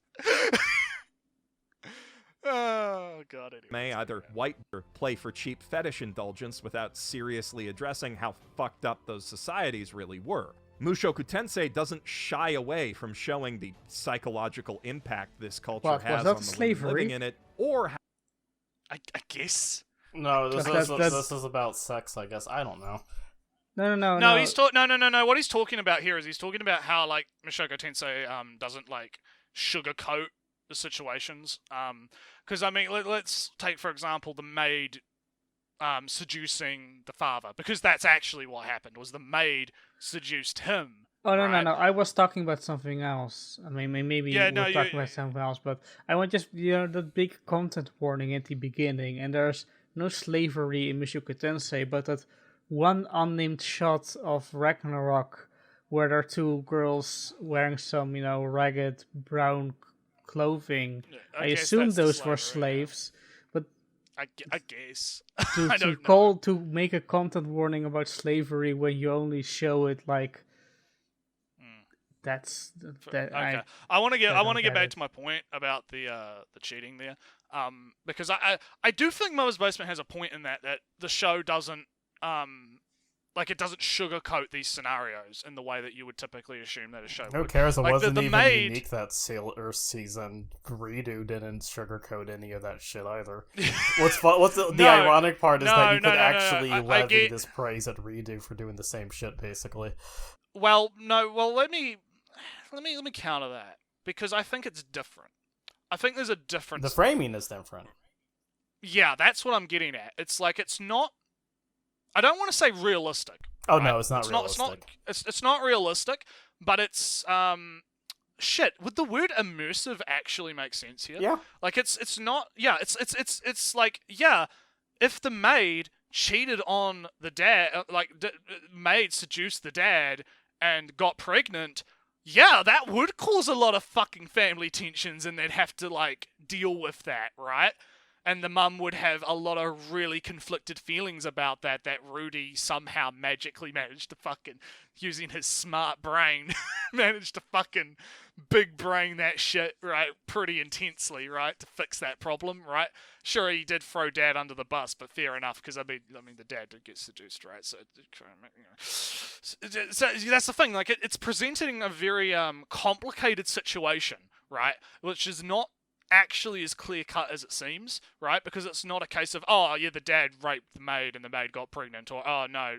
The maid was sexually frustrated, and the maid seduced him, and that led to the pregnancy, and now they have to deal with the consequences of that action, right? And it's showing that process of the consequences of that action, and how now the maid is now indebted to Rudy because Rudy essentially saved her life from getting kicked out of the house, and is now going to raise that daughter to be like the maid, maid for Rudy eventually, right? Is what I believe was implied in the text there. So I think the way that it handles those situations, I can agree with Mother's Basement that it's certainly more immersive and interesting to dissect that. But to levy that as much praise as it's the same with everything else in this video, right? Like, is it really that good, right? Like, to the extent that he's leveling this much praise on it, I think is my problem with it. It's like he's identified something that's an interesting aspect to talk about, but is it that good though, guys? Like, am I just fucking ranting? Yeah, it's very focused on development and whatnot, on character development, and therefore there's a lot of character development, and there's very few action in this anime. It's all character. It's all about the characters. Yeah. And right. Well, I'll let you finish. The little bit of action that is in there wasn't, I've read fight scenes in light novels. They are more engaging than what was written in Mushoku Tensei.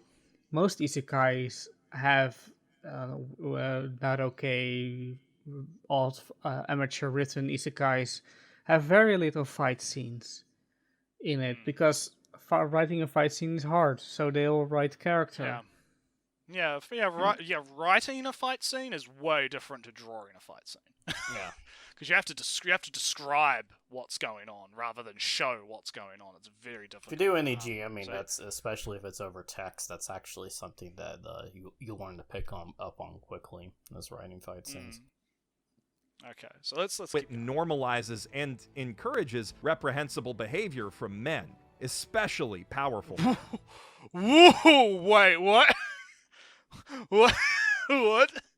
What was that?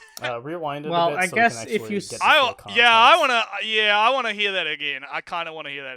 I know you don't want us to rewind, Ellie, because you want us to get finished pretty quick. But I gotta. Oh, look, I'm all the way back at the slavery part, so you can see that again too. All right, let's listen to Anime either whitewash or play for cheap fetish indulgence without seriously addressing how fucked up those societies really were. Like Mushoku Tensei doesn't shy away from showing the psychological impact this culture has on the women living in it, or how it normalizes and encourages reprehensible behavior from men, especially powerful men. So, what? When when they were bullying Sylph, it wasn't because she was a woman; it was because she was a half elf.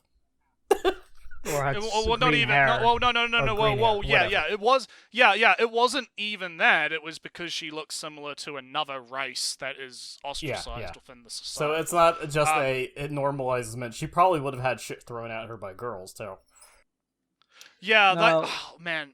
I have no... Hang on, I'll let you go, Ellie, but I have no idea where he's getting this from. And the other thing with that Ragnarok show, that scene didn't look like it was being played for fetish material, so I don't know why he's using that as an example.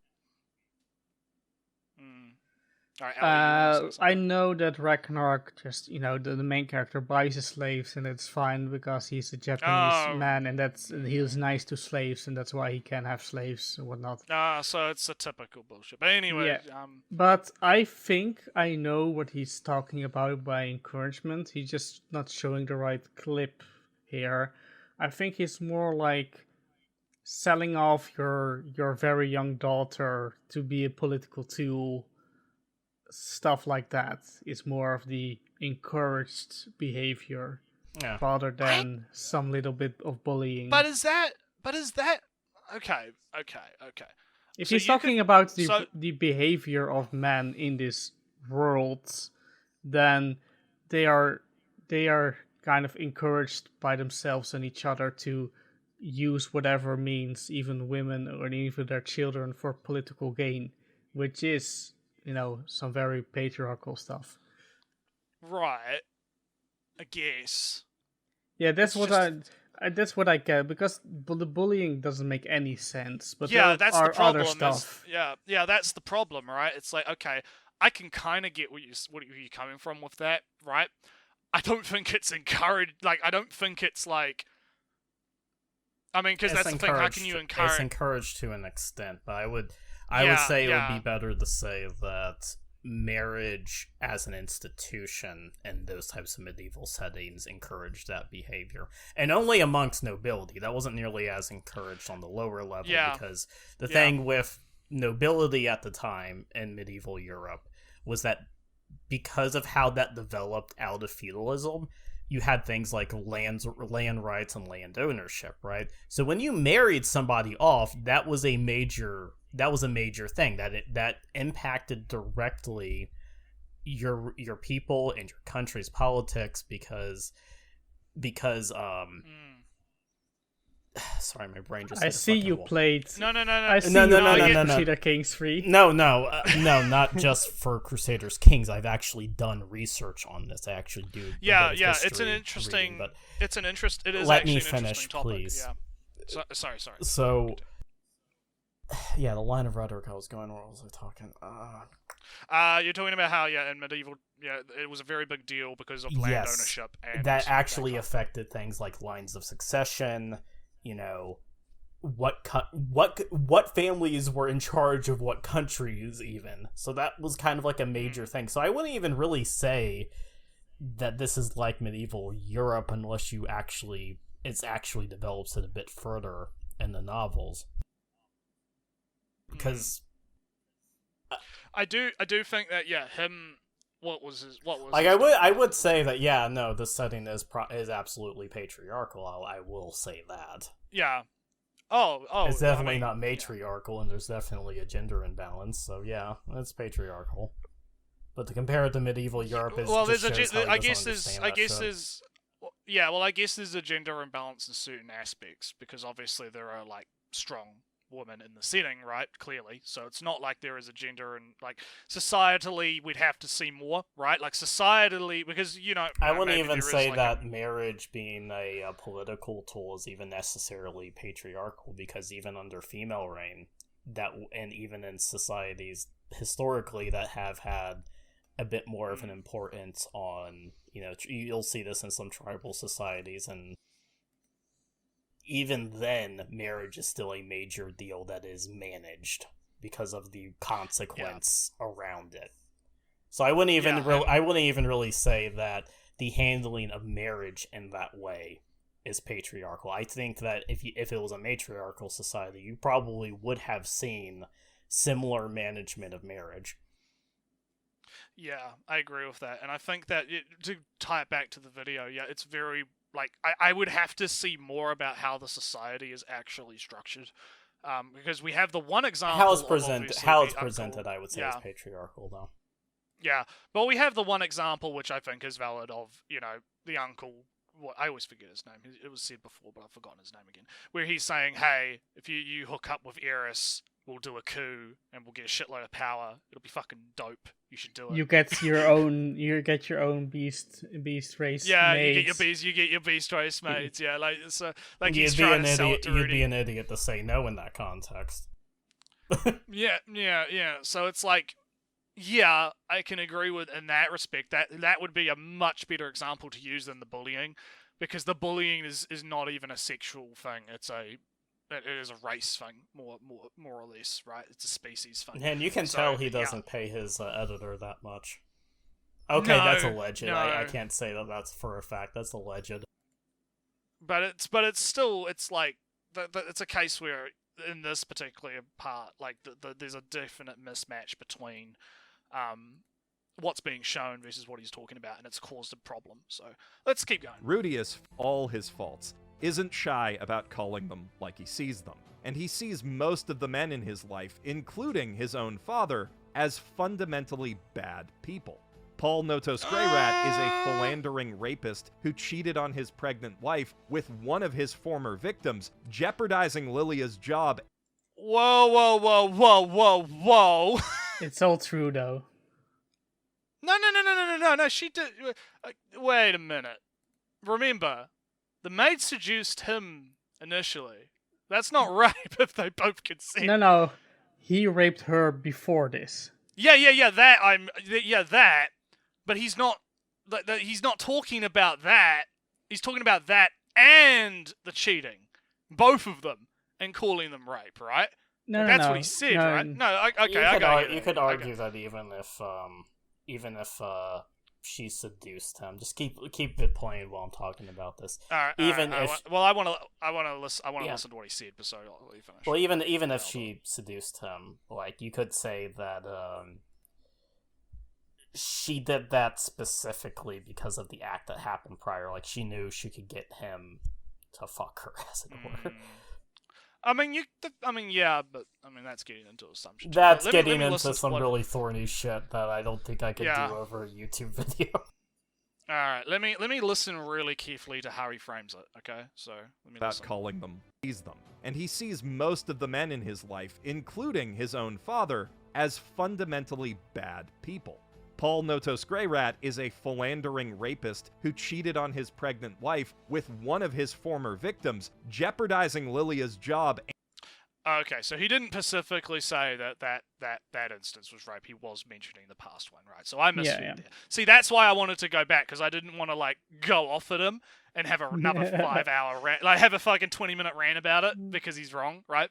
This is why I did that. But I find it interesting because I don't believe Rudy actually characterized it the way that he's presenting it. I don't think Rudy, resents his father for his actions in the same way that, I think he agrees that the actions were bad and that his father is definitely a flawed individual, but I don't really get the, undertone of resentment that he's trying to put forward here. Am I crazy? Am I being crazy? He does in the novel and the animes just say that he acknowledged his father as scum, but he respects him nonetheless because he is strong, competent. Yeah, so I think he's playing up the scum aspect there a little bit. And I can agree I can agree that the father is definitely rape. Yeah, he actually is the rapist, right? According to the previous history that we don't actually get to see, but it's talked about, right? And then obviously he ended up getting seduced, right? Which is an interesting. Again, that's a way more complicated, as I mentioned before, situation, right? Because you're dealing with something that's really complicated, which I don't think Mother's Basement is very good at explaining here. So, let's keep life in the process. Uncle Philip is a power-hungry schemer who openly offers to tie his own underage daughter up and plant her in Rudius's bed in exchange for the 10-year-old boy's cooperation in a violent coup. Then he sends her in anyway after the boys said no. Both he and Grandpa Soros have a thing for beast folk slaves, too. And these are the... Slaves? Yeah, are they slaves? No. I'm sure that there are no labor laws in that time, so I guess domestic servants are kind of slaves in general. I don't know. If they're getting paid... domestic servants still get paid. Look, no, but you get what I mean, right? It's not... I don't know. Domestic servitude. What? No, what's it called? There is a specific term for that, isn't there? It's not actual slavery. It's indentured servants. Indentured servitude. I think it's called. Is that it? Servitude. Indentured. Yeah.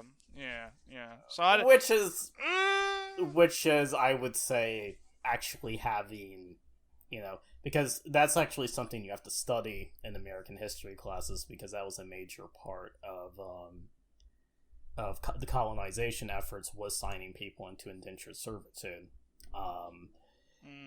I would say that on some level, especially considering the desperation of some individuals, it would classify a little bit as not being necessary slavery, but kind of close. So my problem here is I don't... It's not slavery in the same way that sharecropping in the South after the war was technically not slavery. well, in this case, right, it's like talking about this specific case here with these beast But more importantly, Ellie, do they actually say what the state of the beast folks. No, I don't recall any statements on their status. They are Yeah, they are there.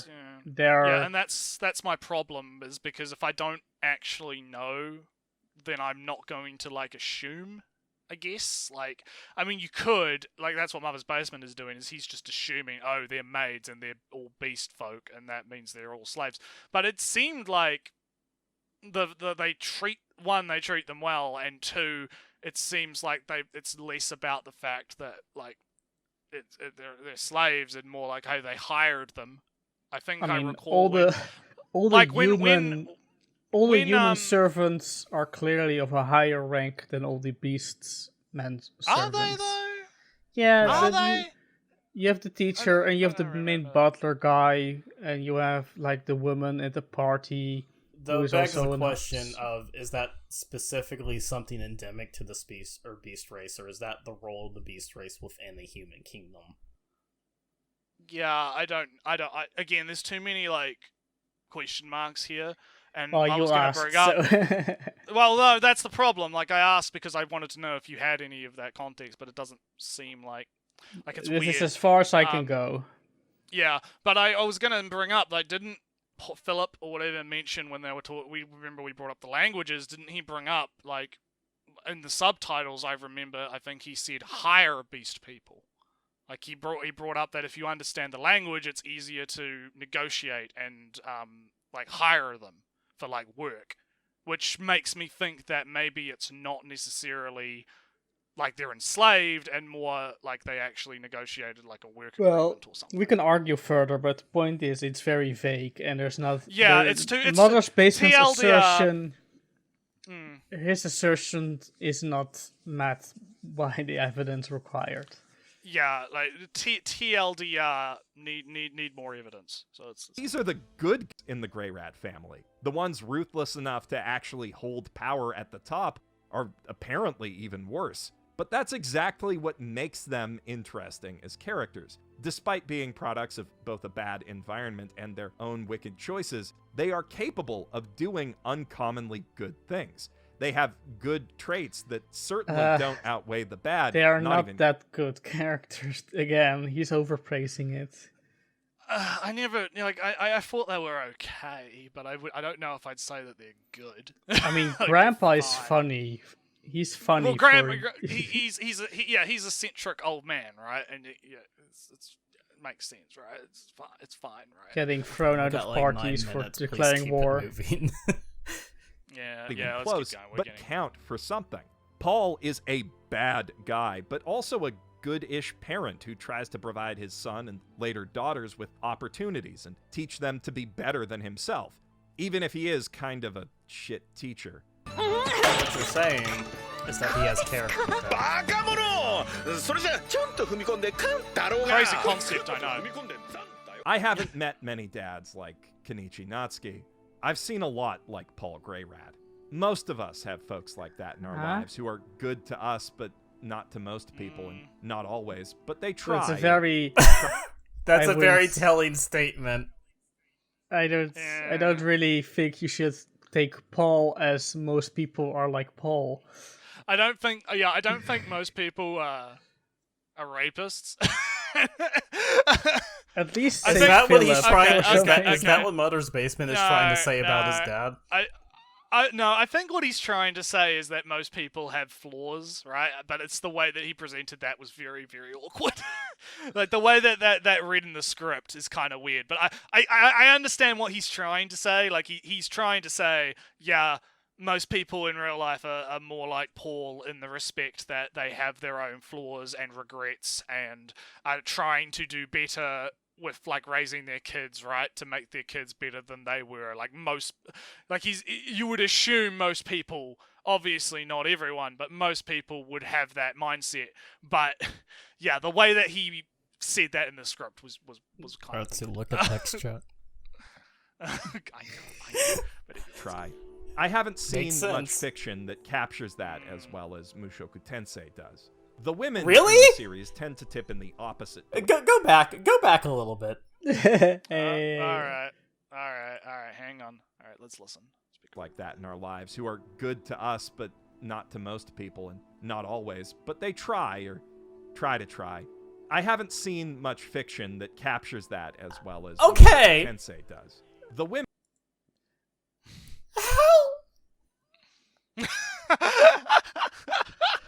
He's Canadian, not American, right? How does he not read? There are plenty of fucking novels that capture something or capture shitty fathers. There are novels I read in high school that captured shitty fathers. Or even I think he's overhyping it a little bit. Because to say that there's not a lot of fiction that does, that has, the person who's a good parent but turns out to be shitty. He really doesn't actually consume a lot of media for a media critic. Yeah, dude. Listen, dude, nuanced characters in fiction fucking never happened before Mushoku Tensei. Mushoku Tensei invented nuance. Yeah. Mother's Basement 2021. Fucking hell. Like, I can't. Oh, man, there's always... Man, in these shitfest Mother's Base, there's always that one moment. There's always that one line that sticks out as he didn't read this script. Yeah, like, this is just... This is why, on some level, I'm convinced he doesn't even actually fully write his own scripts, because surely you would catch something... But no, he is reading it, because he's voicing it out. You think he would look at it and be like, no, this isn't right. Yeah, that sounds a bit weird, right? That's a bit... Alright, let's hear what he has to say about women, right? Because that's what he's going to talk about now. This will be a fun topic. Women in this tend to this tip is how in the I opposite treat direction women. from the men, which makes sense given that most of them don't have any power to abuse and are in fact the ones being abused. Okay. So far. He needs to put the qualifier so far. Because my problem... Well, yeah, I know we want to keep going and we want to get fun. But my problem here is we don't know if there are women in power in perhaps other states, other civilizations in the same world, other like regions, right? Not in the first books, though. That's what I mean, right? Like, I don't... Again, if we're just going to use anime tunnel vision here, and we're going to talk about, like, what we're seeing, right? Sure, okay. We haven't actually seen a lot of women that are in, like, I guess, like, he has to define what he means by a position of power. Like, would he political say, like, power, I guess. Yeah, maybe. Like, yeah, like, it's very weird. Because, I mean, you have women who are powerful in the setting that, are successful, right? Clearly. I mean, you have the swordswoman, Catgirl, who's extremely powerful, right? And then you also have, like, the fact that there are noble women. There's the wife of Philip, who is obviously, like, presented in the way she's designed as looking very queenly, very, noble-like. She probably has quite a lot of influence and power within the setting from what we... But again, we don't know, right? That hasn't been presented to us yet. So to make the direct statement of, oh man, all the women in this setting are just, like, completely treated like trash and they don't have any power whatsoever and they can't change anything in the world. It's like, I don't know if I would, like, say that just yet. Like, I'd have to see more to be able to make a definitive statement on that. But anyway, I just found that weird. Zenith is both mom and a great person, kind and understanding even to people who really don't deserve it, like Paul. She sure can be smug, though. Lilia is quiet, sharp-witted, observant, the type to keep things bottled up and let it spill out at inopportune times. Roxy is outspoken to a fault, quick to judgment, yet slow to think through the potential consequences of her actions, like firing a water bullet through Zenith's tree. She's also, as Rudius discovers late one night, a bit of a voyeuristic creep herself, which perhaps explains why she's... Wait a minute. Voyeuristic creep? Hang on, why does he present every sexual aspect as a negative? Like, I don't know if, like, her listening in on the banging and getting off, like, is necessarily, like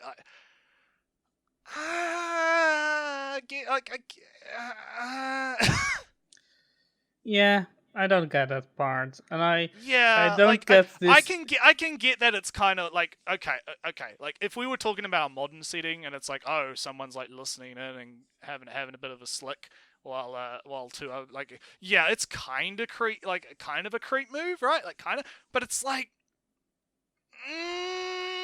is it really that egregious? Like that? Like to the point that you'd call her a voyeuristic creep because she. Oh, just a little bit though. I just don't like this idea that because I've noticed this throughout the whole video. Anytime like a sexual aspect, regardless of the character, comes up, it's always like he frames it as being like inherently a negative trait. It's I don't. She's like so patient. She's also a very good teacher, adept at giving gentle pushes, though she pushes herself hard to learn new things, especially after witnessing Rudy's magical prowess. I really like how they help encourage each other to learn the demon god language by becoming pen pals. It's a slick writing touch that helps to develop both their abilities and this is their overselling romance. so much, though. Rudy sent one letter saying, "I want to learn it." She sends one letter, "Here's a book." This isn't like communicating back and forth on, "Oh, how do you say this word? Well, this is how you do it. Oh, thanks for writing. And how are you? Well, I'm doing fine. By the way, here's a difficult word you might want to know. Oh, thank you for teaching me this word." No, it's one exchange. It's just the same as the rest of the video, so it's good. If we're talking about study buddies, though, then Eris and Ghislaine are easily my favorite characters in the whole show. The Beast Woman bodyguard was once the very embodiment of, "This sign can't stop me, I can't read." But having struggled and been bamboozled due to her illiteracy and lack of math skills, she now values learning more than most. She's still a fighter, first and foremost, though, overselling more dedicated to the sword than she's literally taking an almost opportunity. anyone She else on the isn't planet, shown and capable to- of combat feats that are out and out terrifying, be even some in comparison to learning most of the magic monster. we've seen. Her immense strength Desperate translates to an to read every easygoing little attitude, bit. and she gets along well with both Rudy and Eris, despite both being pretty temperamental. She's got some of the funniest lines and moments in the whole show, but also provides solid emotional support when needed. She's just a great character all around. Basically The Rock if he was a cat girl. Eris isn't nearly as capable when we first meet her, though she sure acts like she's the greatest thing to ever grace this earth. A lot of that owes to her grandfather, who both spoils her rotten and this is sets a summarizing so rotten hard. I example didn't with even his realize Yeah, it. that's why I'm not temper. pausing. It takes a lot for her to warm up to Rudius, and even more for her to let go of her stubborn pride and be taught magic and swordsmanship. But once she accepts it, she learns quickly and grows into what I can only not really, describe though. as a It consummate takes a lot of anime effort to even badass. get her to sword fighting animations are learn so reading good, and writing I and love how they work calculating. that into her learning to dance. She and Rudy also have truly great chemistry, pushing And each other her to learn and improve, learning to especially in dance the art by, of the blade. They're using almost like combat shonen moves rivals, is such which, a as we all know, trope is on the its most own. romantic kind of relationship there is. And the way they develop Oh, I'm feelings so for each bad other at over this. the Don't years worry, is just do the other thing surprisingly you do sweet know. and natural, Oh, it Yeah, works they despite her cross-apply, father's perfectly. cross-apply the interference. concept. Eris's mom is also phenomenal. They play her up like this typical evil queen, framing it like she despises Rudius for petty branch family bullshit or whatever. But then we find out that it's because she's been deeply, personally wounded by the Grey Rat clan, who took her own sons away from her because of bullshit succession rules. So, of course she resents this stranger who gets to live with her when her own boys can't. Like, how unfair is that?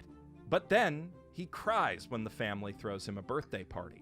Instantly, she realizes how lonely he must feel so far from home. Wait, just like I her don't think son. this is warned He is really overselling. because Holy shit. the novels didn't really elaborate on this, but my impression was that she was just conflicted on both. She didn't like the Grey Rats because they took her son, but also there's a new son in town who gets along with her daughter, so she's getting conflicted. And when he's really great, she joins his birthday party, you know. Yeah, And I don't know. He's overselling this quite a bit. So. Feel. And she vows to love him like a son. No, marry him off to her daughter. Then she gets carted out of the building by the guards, and it is a top 10 anime gag, but a gag with real meaningful. Is it just an heart anime and gag soul or a behind good it, gag in containing general? An entire character arc. That is actually genius writing. And it points to I what don't is, really I like, think, the most powerful besides thing the about genius Mushoku overselling Tensei. it. At its heart, I don't like this this is a story about family, saying finding this is family, an anime gag, protecting not family, a gag in general. failing your family, and This forgiving is your all family. would work Sometimes in any show. even when you probably shouldn't. Family that's not perfect, that hurts you sometimes, but still provides essential comfort and warmth in a cold, harsh world. Family as it too often is, not how we wish it could be. This is a show that looks straight at this the is ugly so side of humanity and melodramatic, finds overselling complicated everything. beauty in and around it. It's also got an incredible butt joke that I can't stop thinking about, centered around a butt that's also incredible, and that I also can't stop thinking about in a totally non-horny way. What? So this is okay, Ellie. Well, didn't a few casts ago, or personally, or like off cast, right? Didn't we have like a mini argument about this scene? About like we're gonna get a rerun. No, we're not. We're not gonna get a rerun. It's just that if he had a problem with the Eris scene, why the fuck doesn't he have a problem with this scene? Well, because his audience has a muscle girl fetish. There you go. Yeah, because the conclusion is different, and I can be all principled and say that Rudy totally engineered the situation to take advantage of Grizzly. She's a real difficult name. I get what you mean. All right, so to take advantage of her, to get her undressed, maybe against her will, and see what he was willing to push her to do what he wanted. The funny reversal being that she's totally okay with it, and that it turned out to be not sexual at all, but instead some genuine admiration doesn't diminish the fact that he was willing and enacted on his desire to take advantage of her. Yeah, and like we had the argument about that, and I'm not going to have that argument again, but I just find it fucking annoying that he is tonally inconsistent here.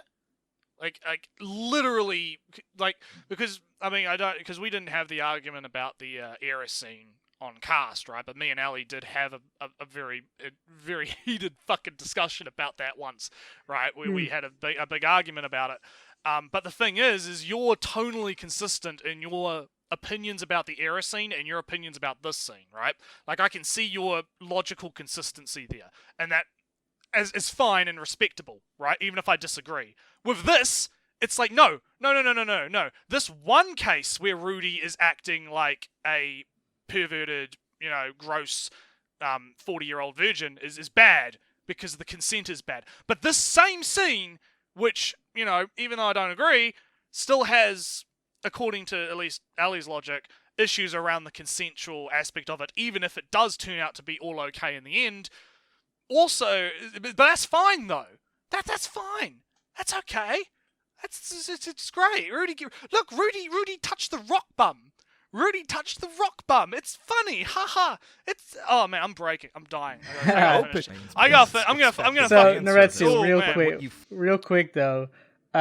Even though I can have my moral objections to this scene and the setup, it's still funny though. It is still funny, right? See, this is the thing, right? Like, you can... Again, my problem is just the consistency of the stances, right? Because he's taking a very hard line, like even a more hard line stance than you took in that argument, right? Like, he's taking an extreme stance on that, right? And an extreme stance on a lot of the other sexualized moments in the show. For instance, calling the mage girl a creepy voyeur. Roxy, yeah, I always forget the names. Calling Roxy a creepy voyeur for what she did, right? And presenting that as a negative light. But this is okay though. This is fine. This shit completely okay. this is what I hate about Mother's Basement, is this tonal, this inconsistency that he shows. And it's not just in this, right? He's shown this inconsistency before, and I'm not going to get, I'm not going to redo it because I already had that rant in another cast, right? But it's like, oh, it annoys me.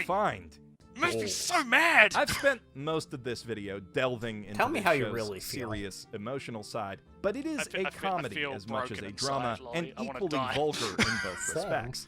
And I think I'm in agreement with So I'm a Spider, So What's mangaka Asahiro Kakashi in their recent Twitter praise of how it affirms vulgarity. Link to that in the doobly-doo, it's a good read. In the real world...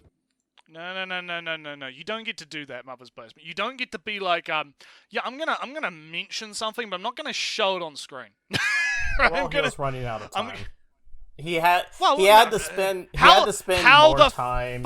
How the fuck is he running out of time when this video is 27 minutes, Lolly? I don't fucking know. He always has it at roughly 27 minutes. Oh man, no, I hate. Fucks with me is that like during the time. This is like an overview on why you should watch it. During the time in which it would have taken to watch a Mother's Basement video, you could have just watched the first episode. Yeah, you could just watched it. But the reason I hate this specifically, right, is like he is framing, because I know the quote that he's talking about, right? The quote where the manga of Spider brings up that she really or was it a she? I think is it a she or a he? I don't fucking know. And whatever. They bring up that they really like how Mushoku Tensei handles these sexual aspects in a way that is not similar to like other fantasy. It's essentially talking about that immersion thing that I was talking about before, right? Where it's not like your typical random sexual stuff happens for no reason, or random sexual, like, the tripping over the girl and landing in the panties or what, that kind of shit, right? If I recall correctly, I'd have to read the quote again. That was what that mangaka was talking about. But the way that Mother's Basement's framed that quote is not necessarily how they were presenting it, and that's why you have to actually show quotes like that on the screen and let people have a chance to read it for themselves.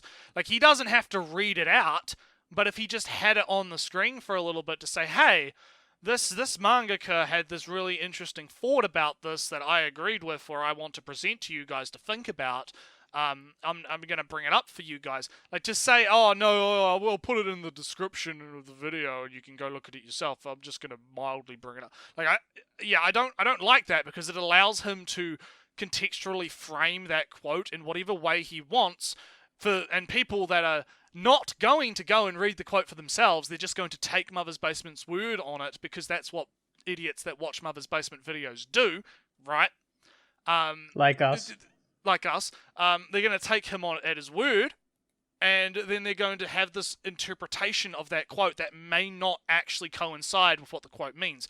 I see this a lot when localizers on Twitter will talk about like Japanese interviews and quotes and stuff, where they'll be like, hey, this Japanese person said this, this, and this, but I'm not going to link you the original text so you can, like, I don't know, get someone else to translate it, or like get a different interpretation of it yourself. Just take my word for it, because I'm a localizer and I'm an authority on this, and you can trust what I have to say, and I'm totally not twisting what this interview says or anything, right?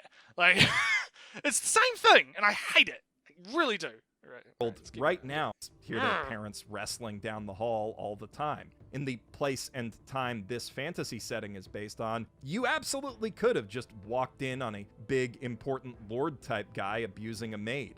Real children were offered up as political bargaining chips to disgusting men as old as Rudius actually is. We all know this. Game of Thrones was very popular.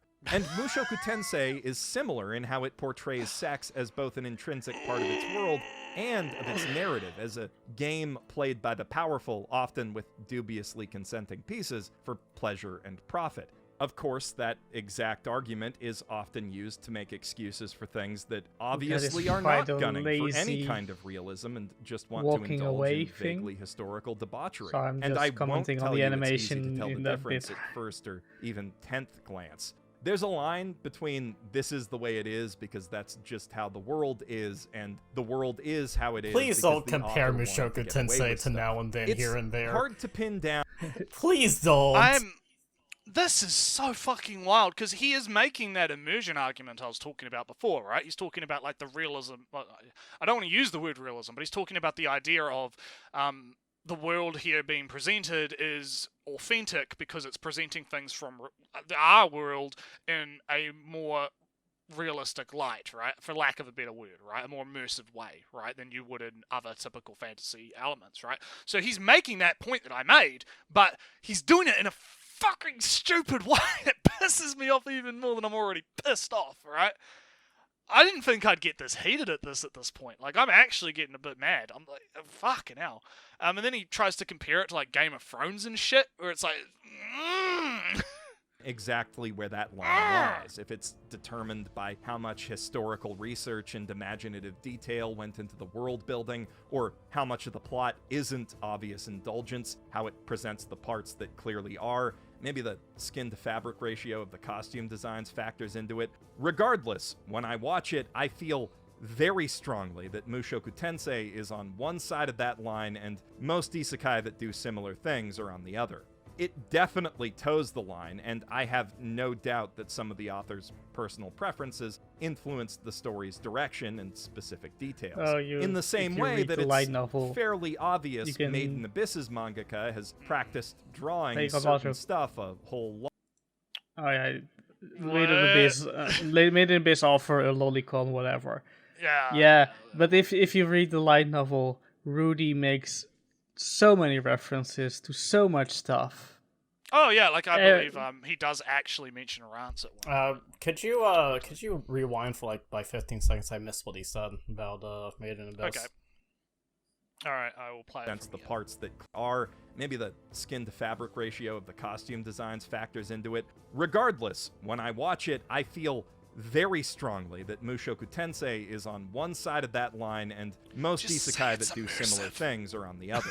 It definitely toes the line, and I have no doubt that some of the author's personal preferences influenced the story's direction and specific details. In the same way that it's fairly obvious Made in Abyss's mangaka has practiced drawing certain stuff a whole lot for a reason. But neither lets that reason overtake the authentic. Weak ass thing to say. That is such a like. Oh, yeah. Well, the thing is that the artist for the mangaka for Made in Abyss actually did the character art for a show back in the day called Fairy Musketeers, which in turn had a lot of its concept art drawn by Pop, who's another famous lolicon artist, and he kind of just developed his artistic skills in that culture. So like it's he's practiced. He is a practiced artist. Yeah, and I mean, much in the same way that Mother's Basement here is practiced at saying bullshit. Alright, we're almost there, guys. Authenticity, world, or the fundamental truth at the heart of their story. I know I'm usually a very specific sort of video essayist, and this is getting a wee bit vague. This is stressing the term video essayist. And they're being specific. Please. We're so close. Just keep going. The jokes write themselves. Just keep going. Talking about the border between art and content here. That's the vaguest, feeliest territory there is. Art is something you just know when you see. And when I look at Mushoku Tensei, I feel a lot of things. Not all of them pleasant. Some of them deeply uncomfortable. And I know it's got something a lot of other anime don't. The music. Something that goes beyond technical achievements in animation or significance in genre definition. I definitely cannot recommend that everybody watch it, but I've definitely found my own viewing experience to be profoundly worthwhile. Looking at the response online, I think most people who've given it a chance will agree with that, but I know either way you'll let me know in the comments. If you'd like to see a work of art that I... Alright. God, why do you guys keep on suggesting him? It is painful every single time. Oh no, you had some good laughs. Don't like it's actually draining. Oh man, like okay, one, it's because it's good content.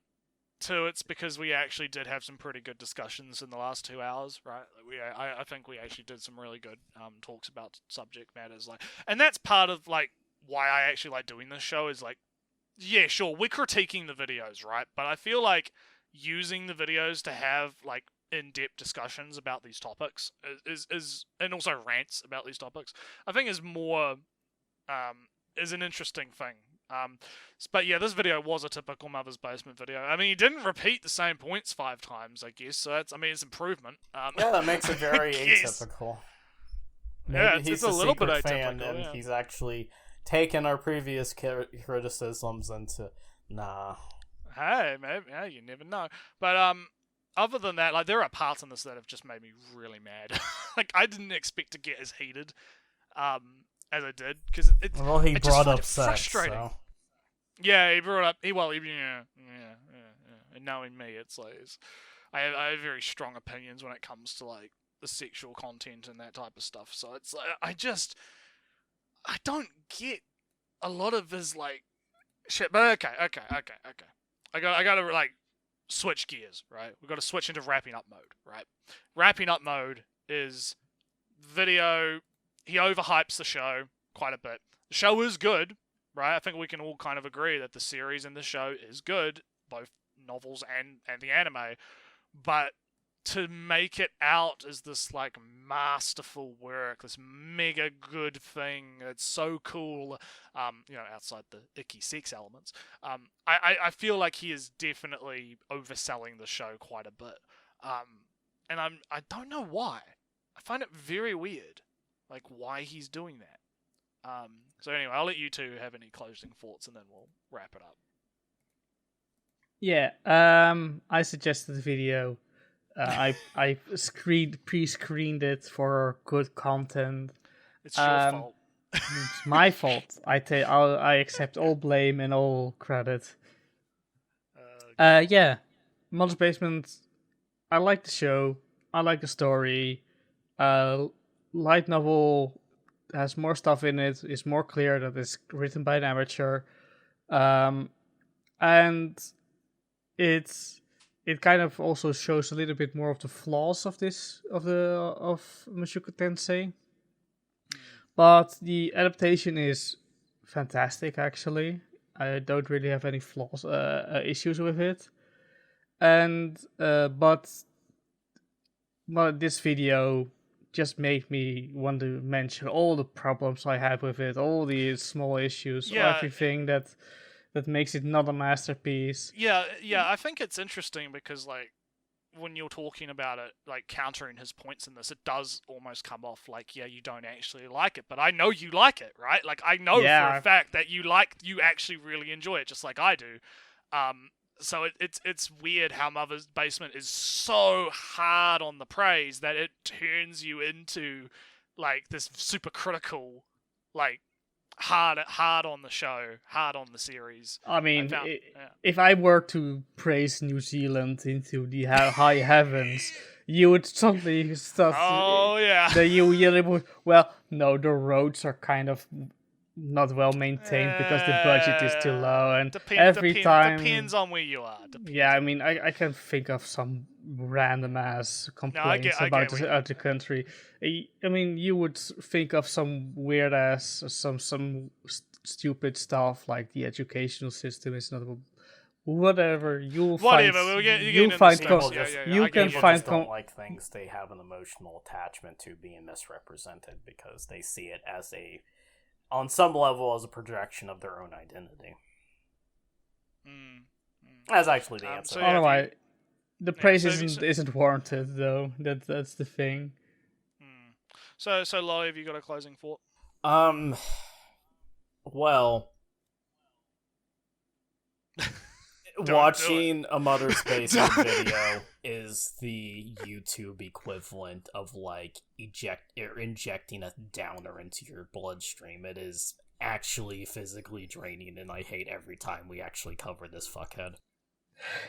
I'm also Well, a little cranky today, so that if I come off as kind of aggressive, you know. We could have picked the Gigguk video, but we could have picked the Gigguk video, but we chose Gigguk's not to better. choose it. Gigguk is less offensive. Like, he's still stupid, but he's less offensive. Alright. Let's put a cap on this now. This has been Pause on Point.